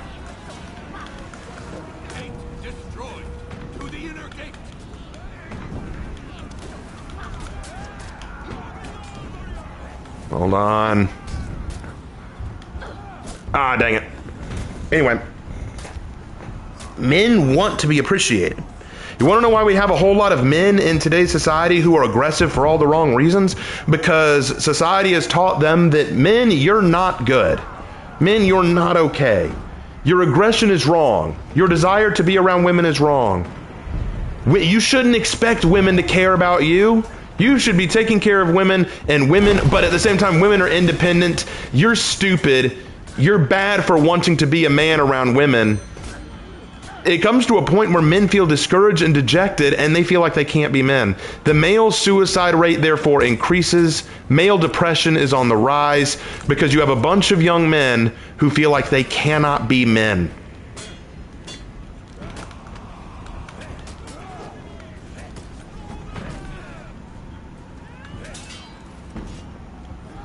But I guarantee you, there are no dragons to slay. Like, you're not going to go out there and find a dragon to slay with a shield and sword. That's not going to happen. That's childish fairy tale logic for a childish fairy tale mind. But there are things that we want to protect in this world. There are things we want to provide for and care for. And there are people out there specifically designed and created with the purpose of providing, nurturing, and caring for. Want to know something kind of funny? I've noticed that in today's society, it is looked on as a bad thing that women should love their husbands or provide for their husbands or take care of their children or stay at home. Like, they say this is a bad thing. Women should be empowered and do what they want. I talked about this a little bit with the Lilo and Stitch remake rant the other day, where I said that they changed the whole message of Ohana to say, girl boss, women should go out and do what they want to do. And here's the thing, I'm not saying women shouldn't go to college or get a degree or have jobs. I'm not saying that at all. They totally can. If that's what they want to do, they can do that. But society is trying to say it's bad for a woman to want to be a homekeeper, a woman to want to take care of a man, a woman to want to take care of children, a woman to want to do any of this stuff. They make it sound like you can't want to have that because it's somehow wrong and not empowering. And here's my response to that. This is going to sound awful, but it's the truth. Ready for this? God designed women for that purpose. God designed women for that purpose. If you look in the book of Genesis, when God is creating Eve, he says, it is not good for man to be alone. Let us make a helper for him. It did not say a ruler. It said a helper for him. The man is the head of the household, and the woman is, in many ways, the support, the vertebra that holds the head up, the neck, if you will. The head may make all the decisions, the head may run things, but the woman is there to support the head, because without the neck, the head cannot turn, the head cannot rest.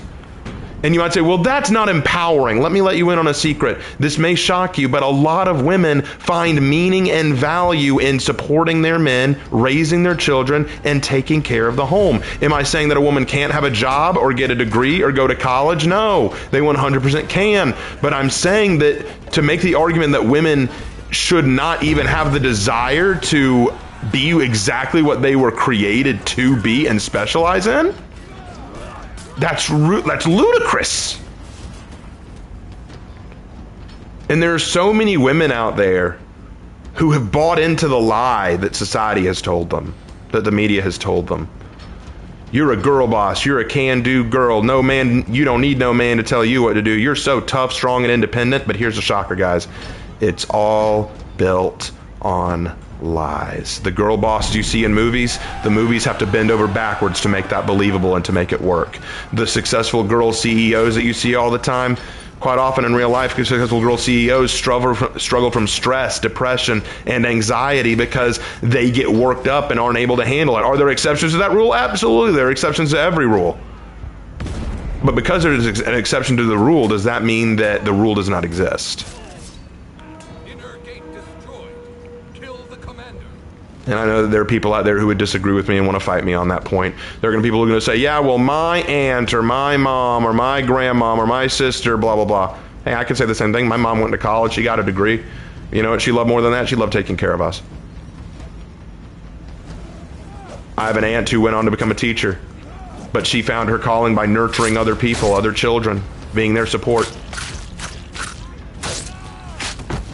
All I'm saying is that when society tells men you can't be men, you can't be what God designed you to be, and tells women you need to be more than God created you to be, you need to be everything men are because you're just deserving of that, it's not fair to men or women, because it puts men down for just being what they were designed to be, and it expects women to rise up to a station that maybe they never even wanted to be in the first place. Want to know something funny, guys? I'm going to let you in on a little secret.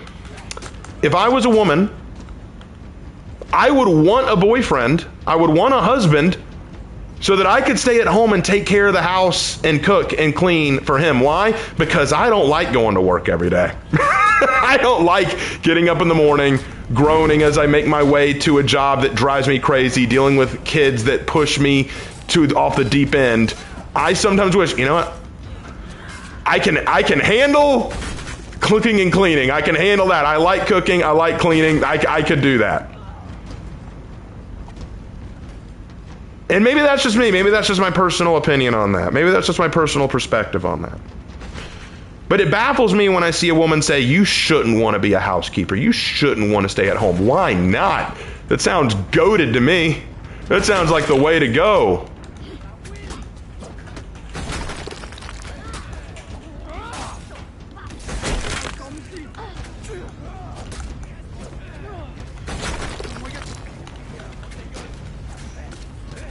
What's my opinion on house husbands? I don't have any problem with them because I think there are some husbands, like for example, we have a next door neighbor next to my parents' house named Mr. Thompson. Great guy, really great guy. He works from home.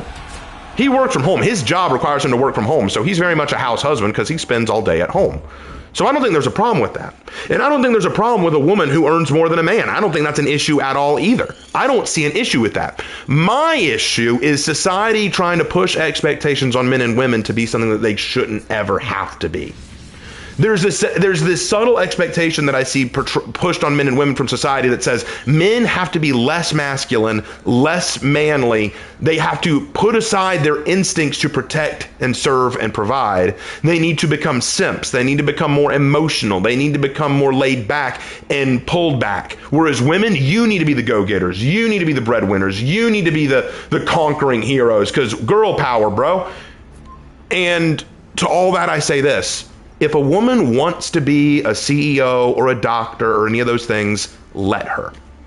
That is fine with me. I have no problem with her doing that. Let her cook. But to say that a woman has to be that way, or that it's a wrong if a woman doesn't want to be that way, my response to that is, go shove it up your ass. It is the most sexist thing in the world to me for someone to say, a woman shouldn't want to be something because of what I deem right for that woman to be. Who are you to decide what's right for any individual person? The way I've been taught and the way I was raised is that men have a role to play in society. We protect, we serve, we guide, we provide, we love, we defend. Women have their role to play in society. They nurture, they care for, they support, they love. You want to know something women are always going to be better at than men? Just being real. This is going to sound weird. Cuddling. You want to know my dream date with a girl? My dream date with, this is true. People ask me, what would be your dream date? I'll tell you what it is. Laying on a couch and just cuddling. That's my dream date. I just want to lay on a couch with a girl I love and cuddle with her. That's all I really want. I don't need to go out to some fancy restaurant. I don't need to go for a ride through the mountains or a walk on the beach. I don't need that. I just want to lay on the couch with my girl and cuddle. Why? Because I think that's something women were made to do and made to do well. And goddamn, I'd kill for it. And you know what? That is a simple masculine desire. To be loved and to care for in return.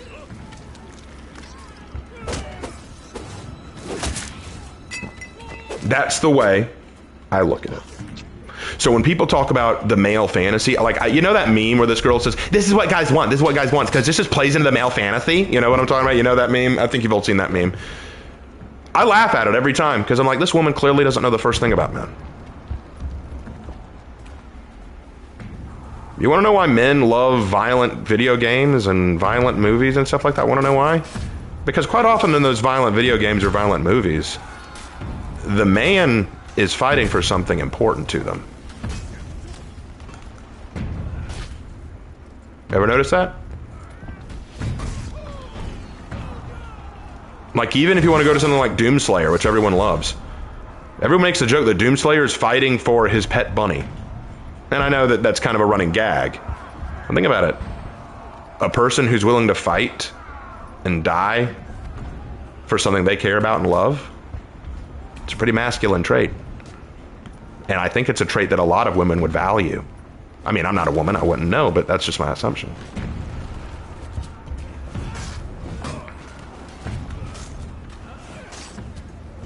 And I know there are going to be men out there who disagree, who say, no, I've never wanted that, Raven. I'm totally fine with the way I do things. And there are going to be women out there who say, Raven, I totally disagree. I want to be a CEO. I want to be a doctor. I want to be all these things. And you know what I say to them? Fantastic. Do what you want to do. Never let anyone tell you what you can or can't do. But for me, it's not even a contest. As a man, I want to give to my woman and provide for her love her, protect her. Do you want to know what I often imagine? When I go for runs, I have a playlist of running music. A lot of it rock songs or inspirational or motivational tracks. Like, genuinely. And do you know what I often picture myself doing when I'm listening to these tracks? Like, what scenes are playing through my mind? Either myself or someone else, usually a hero in my head, fighting villains, saving the day, protecting someone else. Why? Because that's what I want. That's my fantasy. To be someone else's hero. And then to be loved for that. That's my fantasy.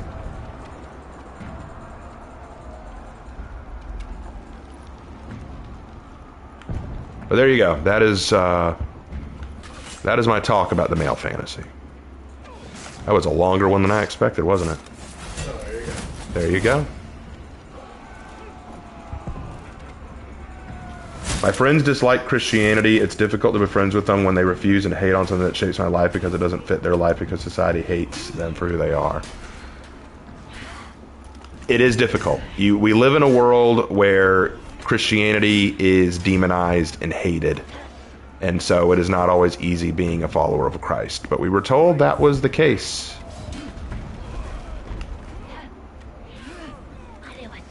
Rant about California. A state that could very easily be removed from the United States, and I would not give a damn. You know how Ben Kenobi said in the first Star Wars movie, you'll never find a more wretched hive of scum and villainy? Little known fact, he wasn't looking at Mos Eisley, he was looking at Los Angeles. Los Angeles is an example of what happens when you let liberal arts students run your country.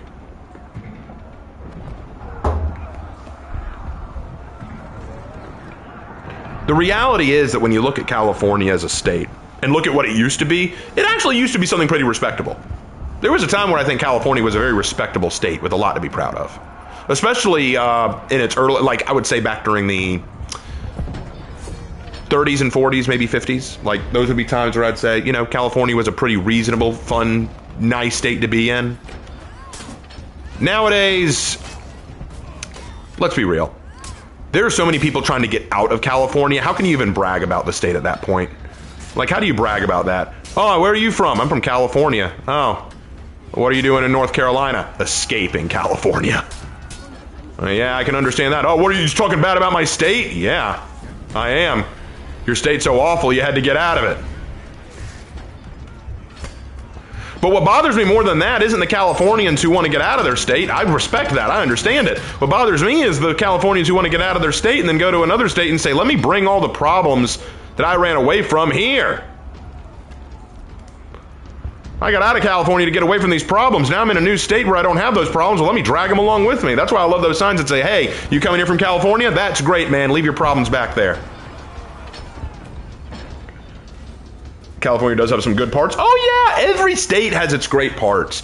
New York has some great spots. California has some great spots. Every state have patches or parts of it that are awesome. Like for example, I was talking to Jay the other day.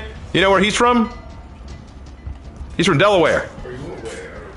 Yeah, he's from Delaware. And we said, oh, dude, but you're conservative. It's got to be tough with all the liberals there. He said, believe it or not, the majority of people in Delaware are conservative. But because the bigger city in Delaware is hardcore liberal, that's all the people know about.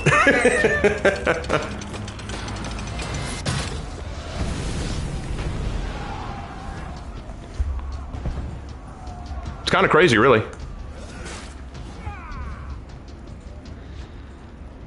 But anyway, yeah, I don't have much to say about California because, to be honest, I would need to have lived there for a while to really understand all the stuff going on there. But I can tell you that much about it. Rant about Miles. Whoa, $20 from Kai Invictus. Raven, with the realness tonight, you and I are sounding more like every stream. Take this for reigniting my feels, man. Praying that you get the opportunity to be someone's hero. You're already one of mine. Bro, thank you, man. That means the world to me. Dude, I tell you what, ever since I was a kid, I wanted to be a superhero.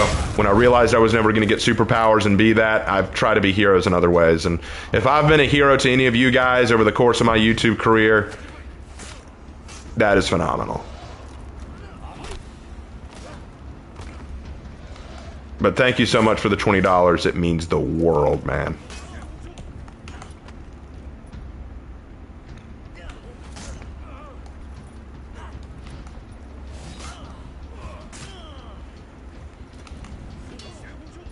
Good parry.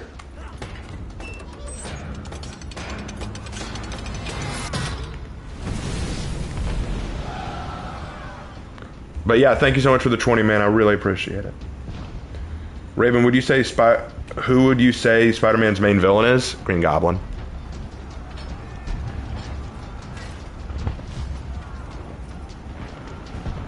If I could throw 200, bro, I would. I know you would, man, and I appreciate it.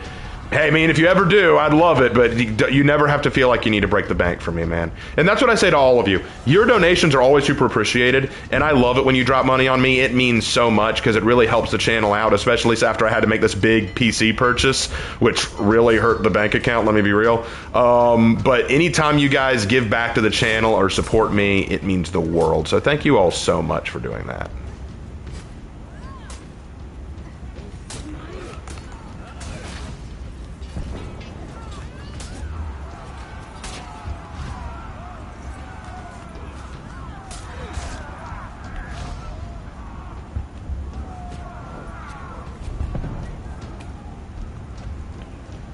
But anyway, anything else you want me to rant or talk about? Give me more, guys. I'm on a roll and I'm enjoying this. This has been a lot of fun tonight. We've had some good talks. Like, Lark, what have you thought so far? I've been enjoying it too. These are some good talks and it's some stuff that I'm very passionate about. And the funny thing is, I can't talk about all this kind of stuff with my friends all the time because I don't know how they feel about this stuff. Rant about Miles Morales. Peter Darker, let's go. I've ranted about him before, but if I were to say anything about Miles Morales that I think I hate the most, if I were to just narrow it down to the thing that bothers me the most about Miles Morales, it is that Miles Morales could have been better than he is. What they said when they made Miles Morales is, let's make a biracial Peter Parker. And that's not me being hyperbolic, that's literally what the directors and creators said. They said, let's make a biracial Peter Parker. So basically, same story, but just now he's not white. And I thought to myself, that's so awful, especially since you're not giving him his own unique story, your own unique motivations for why he does what he does.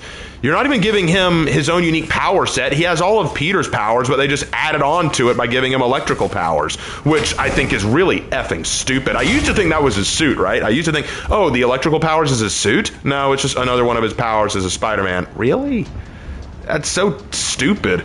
And the other part that I hate is, I don't know how true this is in the comics because I haven't really read his comics, but based only on his appearance in the video games, he's basically just better than Peter at pretty much everything. Like, legitimately. Like, Peter even is glazing him throughout his game saying, why would the city need me when it already has you, man? And I'm like, oh, F off. F off with that. All the things that Peter has done for his city, and you're really gonna throw that cockamamie at me. If you wanted to make Miles Morales his own character with his own story, that'd be fine. I wouldn't mind a electric-based character, you know, in another city with his own thing to do. You know, I mean, keep in mind, when Robin graduated and became Nightwing, he went off to Bloodhaven and became their hero. He left Gotham and became his own thing. Have that be what happens, you know? But don't shit on Peter Parker just to make Miles Morales better. It's lazy and stupid, and y'all should know better. That's what bothers me so much about it, just the absolute glazing of Miles when it is not warranted. It is so not warranted. Miles is so irritating. I know that there are lots of people who would disagree with me, that Miles has a lot of fans. And I won't lie, he's not the biggest of grievance for me, but he's just one of the more popular ones. Oh, hey, Professor POV. Man, you missed a lot of chatting. I've been yapping all night. But yeah, that's my stance on all Miles.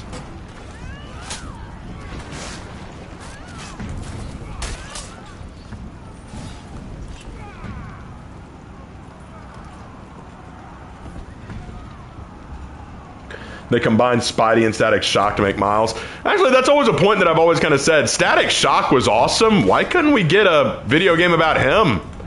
Licensing, most likely. Licensing? Yeah, that's probably it. Well, work it out somehow, because a static shot game would be goated.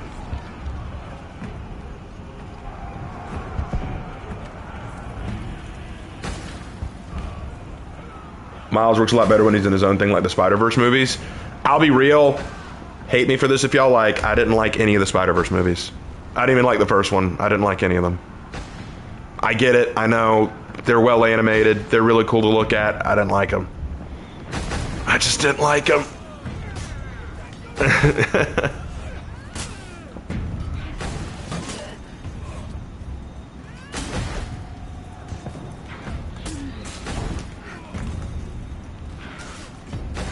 To each their own. Yeah, it's fine. If people like it, they're free to like it. I just didn't like them. It just, I guess to me, I love Peter Parker. He's such a great character to me. He was one of the first superheroes I really loved as a kid. And just to see him get shat on again and again and again annoys me. It just annoys me.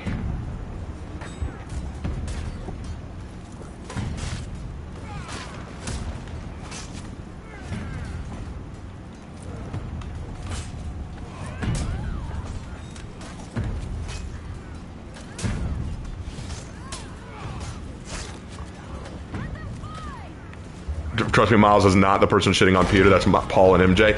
In the comics, yes, POV, but I'm referring to Into the Spider-Verse movies. That's what I was referring to. Do I like Tom Holland Spider-Man from the MCU? He has his charm, I'll admit. Like, he has some charm to him that I like, but he's not my favorite. And he definitely, I think my biggest problem with the Tom Holland Spider-Man is they really lean way too much into him being the protege of Iron Man. They lean way too much into that. They don't really let him shine as his own hero. They keep banking on him being, oh look, he's in the MCU now. He has all these MCU characters and all these MCU villains that he has to fight. And that's what annoys me about that. But I mean, he has the spunk. Like, he definitely has some of the attitude that I like. Like, for example, I loved him in, that was weird. I loved him in Civil War, where when he's fighting, that was hysterically good. Like, just when he grabs the metal arm of Bucky and goes, "Whoa, you have a metal arm? That's cool!" But I'm like, okay, that was funny. Like, I actually thought that was really funny. Because he's basically a kid, so I thought, that's funny.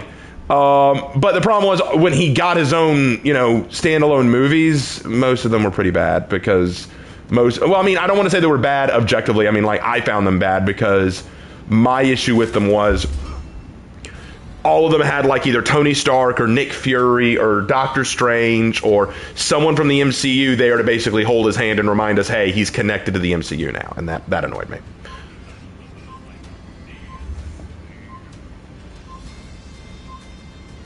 Where are they shitting on Peter B? Got a big redemption arc in the Spider-Verse. They don't really shit on him. It wasn't the first one. I mean, in the first one, I didn't really think he needed the redemption arc. I think that they were needless in what they did to him. I'm glad that he got the redemption arc, but I don't think he deserved to have a redemption arc. I think that they made him fail to give him that redemption arc through Miles, which is the thing that I don't like. I don't like that Peter's always shafted to make Miles look good and then have Miles bail Peter out. That's what I mean. I don't like that. That's my problem. But I'm talking about like the more recent one, that second one that came out, where everyone's just saying he's a bad dad, he's a bad mentor, he's a bad everything. That's what bothered me. Also, I don't like the idea that they did in the more recent Spider-Verse movie where they implied that all the Spider Warriors, all the Spider-Men have to have the exact same backstory where there's an Uncle Ben who dies or a father figure who dies. That just has to happen. And I'm like, are you kidding? Like, that has to happen or all the Spider-Men disappear forever. Like, come on. That's stupid. And I hope I wasn't the only one who thought that. I thought that was dumb as hell.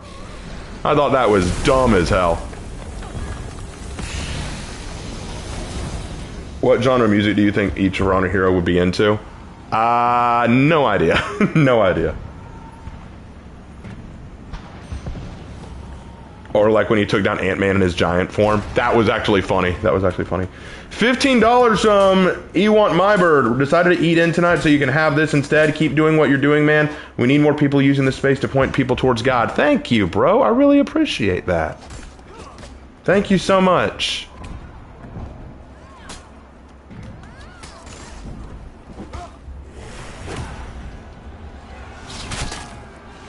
technically speaking, so did Miles. Yeah, but why did Peter, why was Peter, like, no, I'm not gonna lie. When Peter said, like, if I had the chance, I would do it again. Like, you know, like, it's hard, I hate what happened to my Uncle Ben, but I realized that it had to happen. I'm like, no, it didn't. That's the point. Peter didn't want to lose his Uncle Ben. Saying that Uncle Ben's loss was the driving force, yes, because he made a stupid decision. The issue was not the death of Uncle Ben, it's that he had to realize that he had responsibility to his powers, and Uncle Ben's death was the way to do it. But that doesn't mean every Spider-Man has to lose their father figure for that to happen. I mean, let me put it this way. Did Miles need to lose a father figure to help him realize that he has a responsibility to his powers? Or did he figure that out another way? That's the point. You don't need to lose your father figure.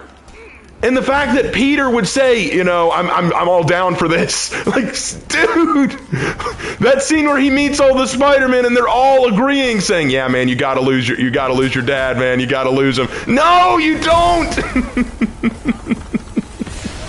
And people say, well, Peter figured it out in the end and decided to help him. Yeah, he did. It shouldn't have taken him that long. Well, that's the point of the movie. Miles is breaking away from the stupid stereotype that he needs to have a person die for him to be Spider-Man. Yes, I understand that. I understand that that's the point. It should not have been that way. Look, knowing Peter's character, it's baffling that Peter would ever even believe in that stereotype to begin with. And yet, when Miles looks to Peter for, like, hey, back me up on this is wrong, Peter agrees with the other Spider-Man and says, yeah, man, you got to do this. It's for the greater good. And I'm like, Peter would never do that. I know Peter Parker. Peter Parker would be doing exactly what Miles is doing. He'd be saying, hell no. If you told Peter Parker, hey man, there's a way you could bring back your Uncle Ben, he would go through hell and high water to do it.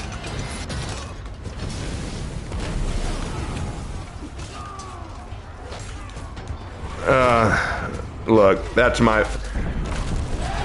just me, I guess.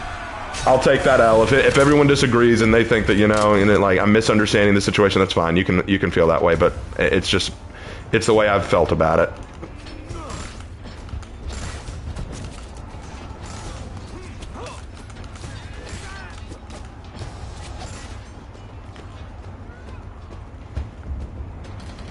Rant about Satanists? There's not a lot to rant about. They're cringe.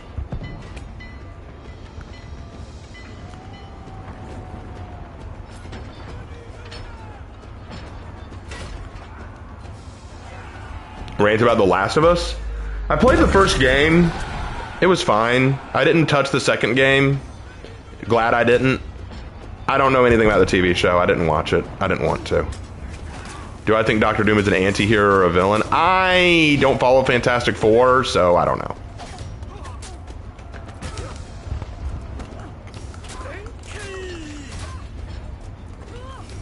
Rant about the protesters in Gaza? What, is something new going on over there I don't know about?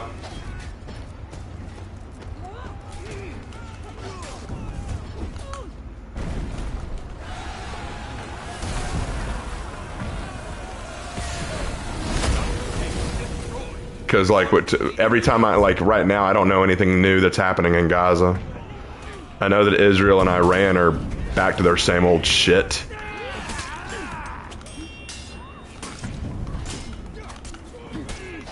Might want to keep politics away from the stream. I try to very often, yeah.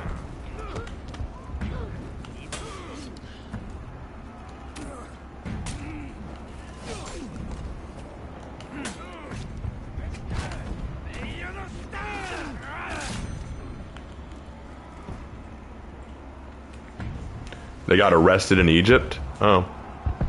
Well, I just heard about it, so I don't know. Rant about ICE and the riots in LA. I'm not going to rant about that. Like I said, I'm going to try to keep politics off of this stream as much as possible. But those of you who know me should probably know how I feel about all that.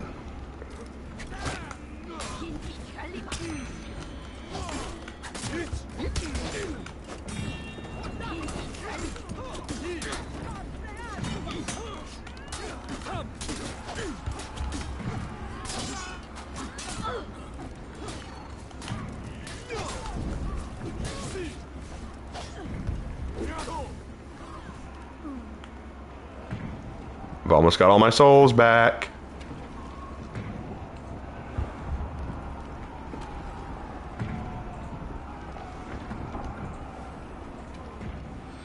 Anything else y'all want me to chat about or talk about or rant about? Anything else? Hit me with it quick, because this is probably going to be my last match. I'm getting tired. Plus, we got a lot of driving to do tomorrow. Tomorrow, Lark and I are heading home. Rant about Ironheart? Who's Ironheart again? They're the wannabe replacement for Iron Man. Oh, yeah. I don't care about her. I really don't. I'm tired of the replacements for classic heroes. Rant about Kyoshin? If I were fighting a Kyoshin right now, it'd be a lot easier to do that.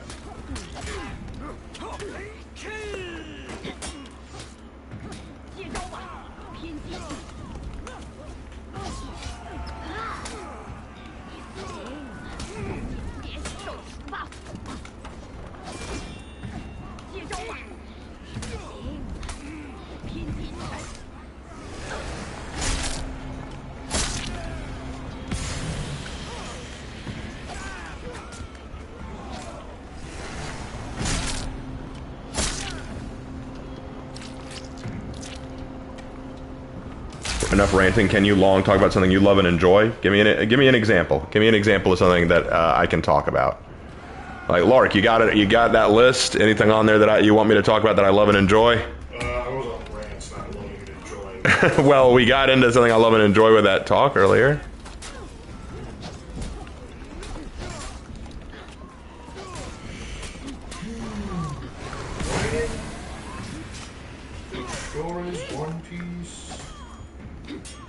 Talk about food. That's not really something I can long talk about. Barbecue.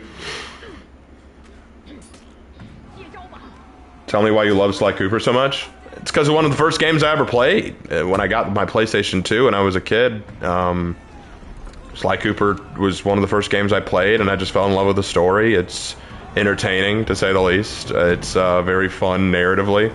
The gameplay, it gets really fun, especially in the second game, so yeah.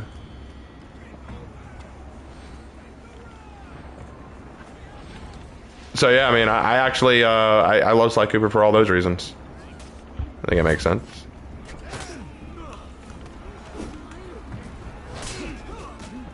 Here, hold on, guys. I'm just gonna deal with this. There we go.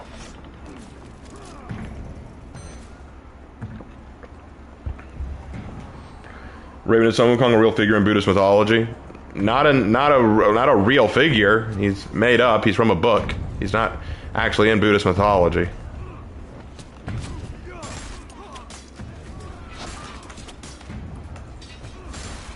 What was your favorite classic Disney film when you and why was it Robin Hood? It wasn't Robin Hood though. Probably Mary Poppins, if I'm being honest. I feel like Mary Poppins was just the quintessential one of the if not the best Disney movies or live action Disney movies I've ever seen. I think it was incredible. Mary Poppins is this movie, and the thing about that I like the most about it is, I mean, you know, and I'll say this: I feel like one of the problems that I see in today's media, and I'm not just talking as a writer, I'm talking as a consumer of media. I feel like one of the problems I see in today's medium. Hold on, guys. Hold on, guys. I was gonna one-shot him. Do y'all mind if I one-shot him? No?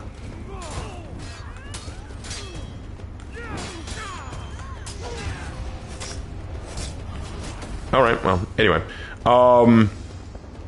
So one thing that I notice in media that I don't see anymore is we don't do messages anymore that, and I'm not saying that you have to force feed a message, but we don't see themes or messages anymore that appeal to people in general or to a wider audience. We see them very focused. Like when you look at Mary Poppins, and this is where I'm going with this, when I looked at Mary Poppins, I didn't just see messages intended for kids, like clean your room and stuff like that. I saw messages intended for adults, you know, like Mr. Banks having to learn to make time for his children and better understand his children. I think one of the most meaningful parts of Mary Poppins for me is the feed the birds part, where you have this old woman who sits by the church and ask people to feed the birds Toppin's a bag. You know what I'm saying? And, you know, it's a simple thing. Feeding the birds is a simple thing. It's not a big deal. But what does it teach us? Well, it teaches us a few lessons. For one thing, it teaches us that every person is valuable. And that's why we talk about feed the birds, you know, give them something to eat, care about the little guy, care about people who are underprivileged or can't be taken care of themselves. And for the little kids, it's the birds. For the adults, it's the woman, because the woman is the bird. When Mary Poppins sings Feed the Birds, yes, to the kids, it's feeding the pigeons. But to the adult, it's feeding the needy. It's helping the little person. And that's why it's so valuable that she's outside of a church, because it's a Christian principle. You help the needy, you help the destitute, you help those that are in need or can't take care of themselves. And so when Mr. Banks is about to get fired and he goes walking, there's a scene that I absolutely adore. He's walking and you hear Feed the Birds orchestra playing in the background. And he walks by the church and he sees that the place where the woman normally is empty. Now, they don't say, oh, she died or anything like that. She could very well be alive. But the implication that she could be dead, and Mr. Banks taking a moment to see that, realizing, you know, what have I been missing out on? What have I been ignoring? What have I been overlooking in life and with my family and with my kids? This woman who I walk by every day, I don't even notice. I don't even think about. I don't care anything about. And now I'm walking to work and she's gone. And suddenly I realize these are the things I'm missing. These are the things that I'm overlooking. And there's such a strong message in that, man. There's so much that you could take from that kind of message. Hold on one second. I want to one-shot this guy. Pull back. All right, Warden, please. Warden, I'm begging you.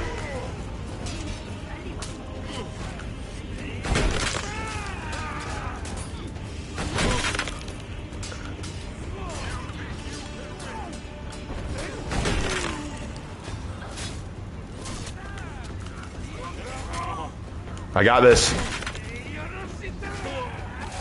Yeah, one shot for the win. Let's go. Yeah, thank God for bad aim. You're exactly right, POV. But you know, that's what I think is missing from a lot of media today. Meaningful lessons, not just for kids, but for adults. And I love the double meaning behind Feed the Birds. I love that. I think that's very clever writing and very clever connectivity between what a child understands about giving and what an adult understands about giving. And I don't see that in a lot of movies or books or TV shows anymore where you have that meaning. I think that's something missing. I really do. Because, you know, as a teacher, I see, we got time for one more. Let's do one more. As a teacher, I see kids who have no respect for anything, no respect for authority or for themselves. Lark and I were literally talking about this earlier. You know, when we're teaching, we see kids, we can often tell the behavior pattern of the kids a lot by how they dress and how they present themselves.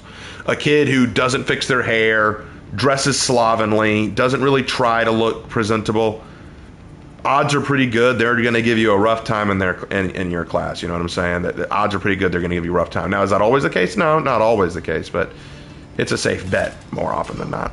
But the opposite is also true, that you have a kid who dresses very nice, presents themselves very well. Odds are pretty good that they're going to behave well in your class. Now, are there exceptions to that rule? Sure, of course there are. But the fact is, there was that old lesson, you know, you care about your appearance, you care about how you carry yourself, you care about looking good, and thus you show respect to yourself, respect to others around you, and to your authority figures. It's a simple lesson, one that was taught to me by my family, but also by the media I consumed. You know, I tried to learn to show respect to everybody. It was a lesson taught to me. And I don't know why kids these days don't learn that lesson, whether it's a home thing or a upbringing thing or a media thing, I don't know. But I know that when I was watching movies like Mary Poppins, Old Yeller, movies like those, I remember thinking to myself, I took something more from it than just, oh, look, an entertaining movie with a lot of funny stuff. Like, many people just, like, this is going to shock people. It's a societal thing, probably, POV. I think that's a large part of it. But, like, I'll give you all an example. This is going to shock some of you. If you don't know anything about me, this will shock some of you. I like the movie Song of the South. If you don't know what that movie is, it's one of those movies from olden Disney days that Disney wishes they could brush under the rug because it deals with a lot of very risque things. I love that movie. I think it teaches absolutely invaluable lessons. I think it's a gem of old school animation and storytelling and acting. I think it's excellent. Now, does it have some risque themes in it? In today's society, yeah, probably. It has some stuff in it that a lot of people in today's society would not like. I can understand that. But the messages in it are phenomenal. And I often hear people say, oh, but it's racist. And I say, how? How is it racist? I always ask that question, how is it racist? What racist messages does it teach? Well, it presents black people as slaves or sharecroppers. They were that, though. That is history. It presents blacks as unintelligent. No. There was not one point where the blacks were shown as unintelligent. In fact, Uncle Remus was probably the smartest person in the whole movie. In fact, it was shown that a lot of the white characters are the ones who are ignorant or unknowledgeable. Well, some of the characters, like the crows, were insensitive. Not the crows, sorry, I'm thinking of Dumbo all of a sudden. Some of the way that characters talked was inappropriate. I presume then you don't know how people talked historically, that language and conventions of speech have changed over time. And people talk differently depending on where they're raised and where they've grown up and what their society is. I ask again, what's racist about it? Because see, what I remember watching is it was the story of a little kid who was forced to stay on a house that he didn't want to because his dad was leaving for work and couldn't take care of him. Threw a fit and wanted to run away, came across a wise old man named Uncle Remus, who was famous for telling stories and entertaining lots of people. And through those stories, he found a reason to stay, found something to love, found something to latch onto. Through the stories, he learned life lessons. His mother, who couldn't understand the good thing that Uncle Remus was doing, who was ignorant to the wiser aspects of his teachings, wanted him to stay away from Johnny. And then when Uncle Remus finally decides to do what she asks and stay away from him and leave, Johnny tries to chase after him because he's the closest thing to a father figure he has, since his actual father figure walked out on him. And it nearly kills him in the process. And then it was not his father that Johnny wanted to come and save him. It was Uncle Remus. It was a movie about strengthening relations, about learning from each other, understanding each other. It was a movie that I think did a better job of addressing poor race relations than any other modern movie I can think of.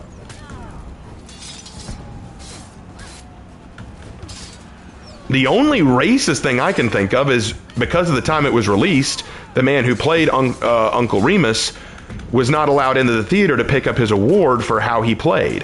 That was the only racist thing, but that's not the movie's fault. That's the time period. That's just the way it was back then.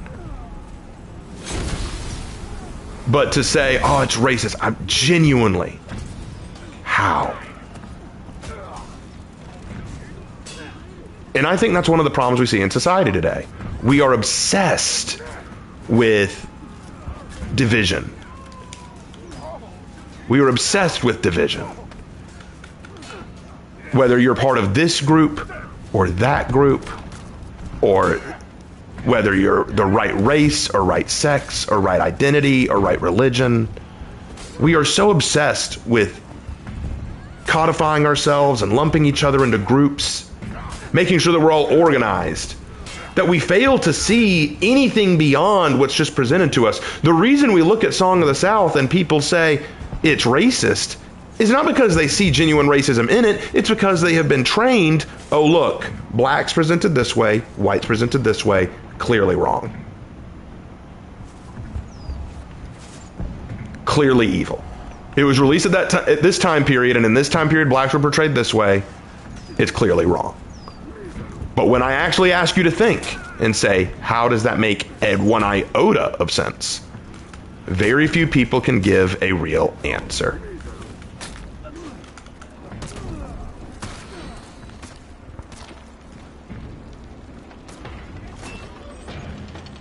Oh, he's not close enough yet. Shoot. Well, we got to hold this zone. We've already lost the first two. And I brought up the Dumbo Crows, and people call them racist too. Again, what'd they do that was racist? Is it because the leader's name is Jim for Jim Crow? First of all, I don't think they ever said his name in the movie. You'd actually have to look at the credits. And yeah, I think that the name was a little insensitive, but also consider the time period. At the time period, they didn't see the insensitivity of it at the time. And for two, I honestly thought the Crows were cool.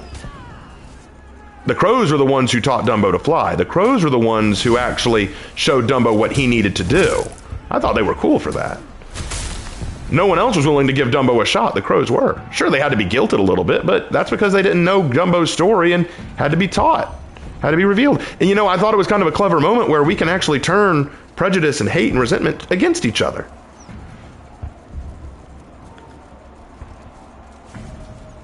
Song of the South is an artifact of the time. I think it is viewed as a historical piece. I think it can hold merit. However, we come into the problem of many issues when it comes to depictions of people of color. All right, fair enough. But what is it about the way they're portrayed that is wrong? That's my genuine question. What is it about the way they're portrayed that would be considered wrong? Because if it's like, oh, well, black people don't talk or act that way today. Sure, they don't. You're right. But the time period that it is from, it makes sense for them to act that way. If that is the issue, genuinely, if that is the issue that they can't talk or act that way ever, then how can we ever tell historical movies or stories from that time period? Are we going to have everyone act outside of the correct time period to suit modern sensibilities? I hope not. That'd be a very poor thing to do.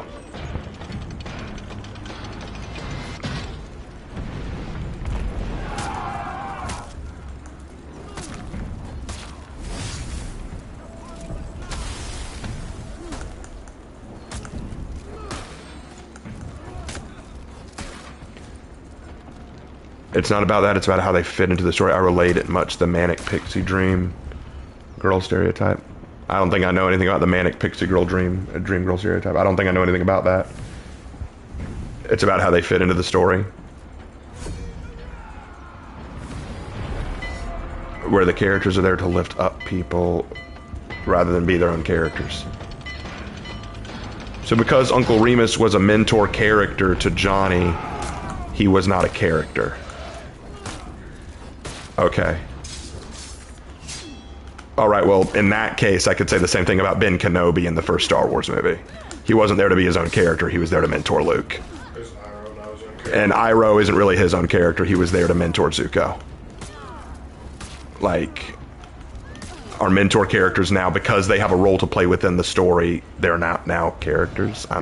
Maybe I'm misunderstanding what's being said.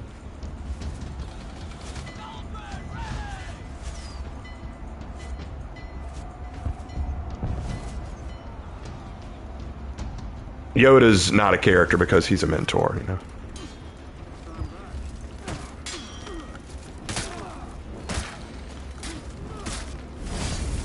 No, I know, POV, it's fine. I'm not mad or anything. It's just, I don't think I understand the issue.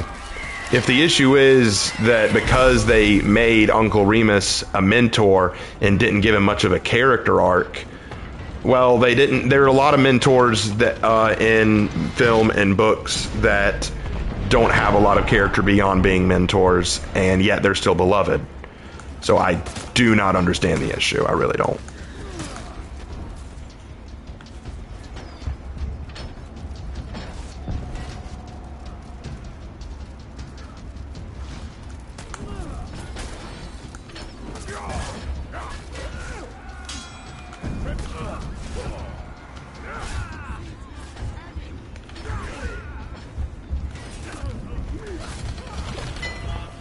Every time I try to do a move, I suddenly get hit.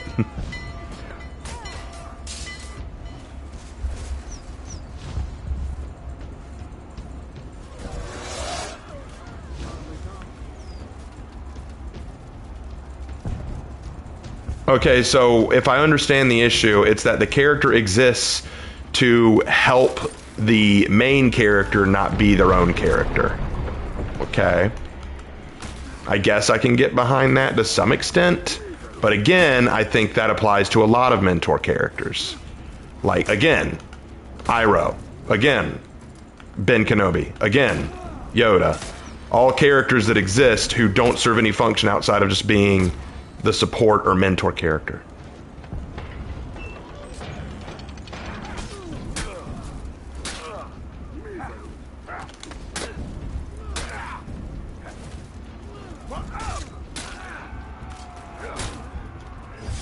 If you want to argue that Uncle Remus could have been better written, sure.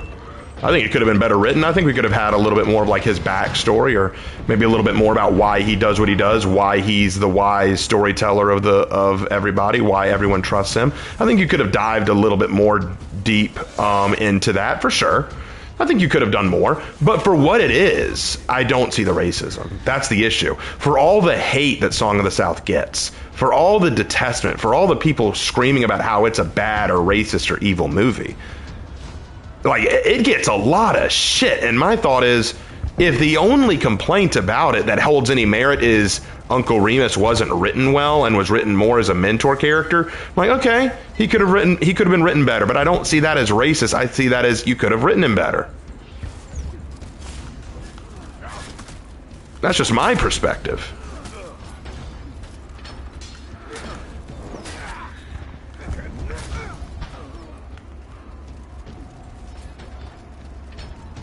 Like, I think that that's the difference between a genuine problematic element and just a minor thing that could have been done better. I think that's my perspective.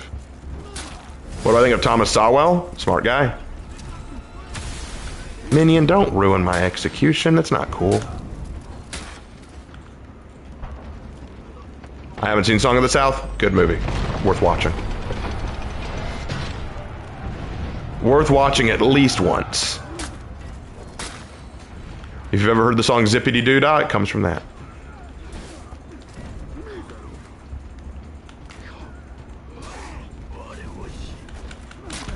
Can you believe that people think I'm racist? And I'm sure there are going to be some people who walk away from this stream now feeling that even more than before. But if people honestly think that, then they don't know me a bit.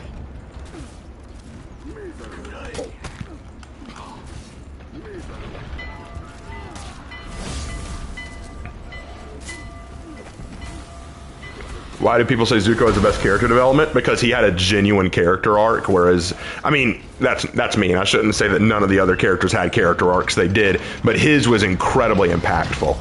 From the very start of the show all the way to the end, we see Zuko evolve, change, shift. There's so much depth to who Zuko is and to what he does and to how much he accomplishes and changes throughout his story. It's so good. It's so well done.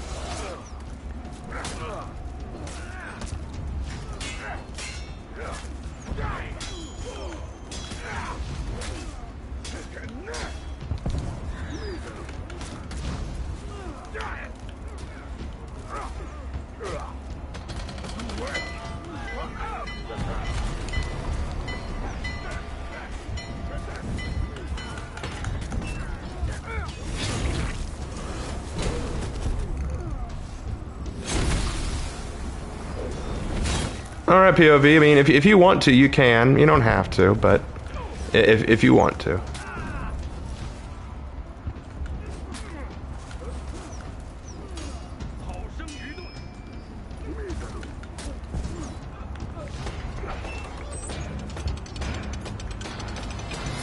It's a product of the time, and I don't expect it to be perfect, but I'll have to research it. Yeah, that's fine. Do your research. Find out what you want to about it, for sure. I just know that I watched it growing up as a kid, and I never saw anything wrong with it. Yeah, feel free, POV. Would love to hear your take. Shoot me a DM sometime and tell me your thoughts. I'd love to hear them. I'm not looking to argue or anything like that. I mean, we could both come away with totally different perspectives on the matter, but to me, especially as a little kid, I never walked away thinking that blacks were bad or that there was anything racist in the film. If it was there, I completely missed it. Which is why, and I think that's the big issue. I hear all these people talking about why it's bad, but when I say, okay, what's bad about it? I never get a really good answer, or at least not a meaningful one.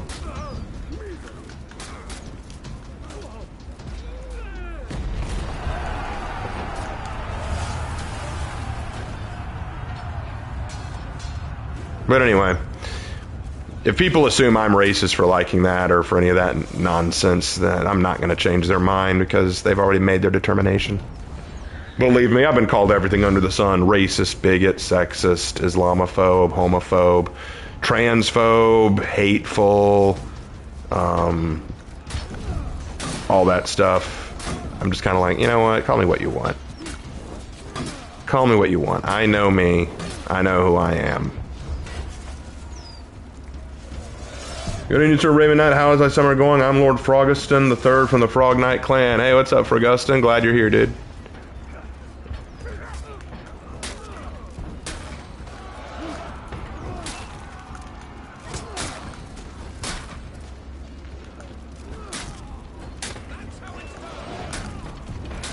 All right, later, Nathan. Have a good one, dude.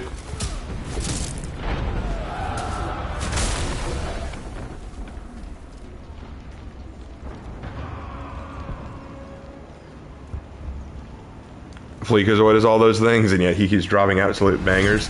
I think a lot of what Fleekazoid is an act. I think he puts on a character. Very entertaining character, but a character. All right, that's what we're going to call it, guys. I'm pretty tired. Before we go, a couple things. Tomorrow, Lark and I are heading home to visit Mom and Dad. There will be no stream tomorrow night because of that, because what's happening is our mom and dad are heading out of town to go to England. They're going to go there for a vacation for over a week, and we're going to be dog sitting while they're gone. We're bringing our equipment. We're going to bring our stuff to continue to make videos, but they're leaving Sunday, so we're coming over tomorrow so that they can show us around, like kind of teach us what we need to do to take care of the dog and kind of get everything situated. Then Sunday after church, they're leaving to go, and then we'll have the house to ourselves. But because they're going to be there Saturday night, we will not be able to stream, so do not expect to stream tomorrow night. A video will be uploaded. Oh, better get out of this. A video will be uploaded tomorrow. Look forward to that. Really excited. And that's about all we have for you. Thank you guys so much. And as always, I will see you in my next video. You guys are awesome. Take care.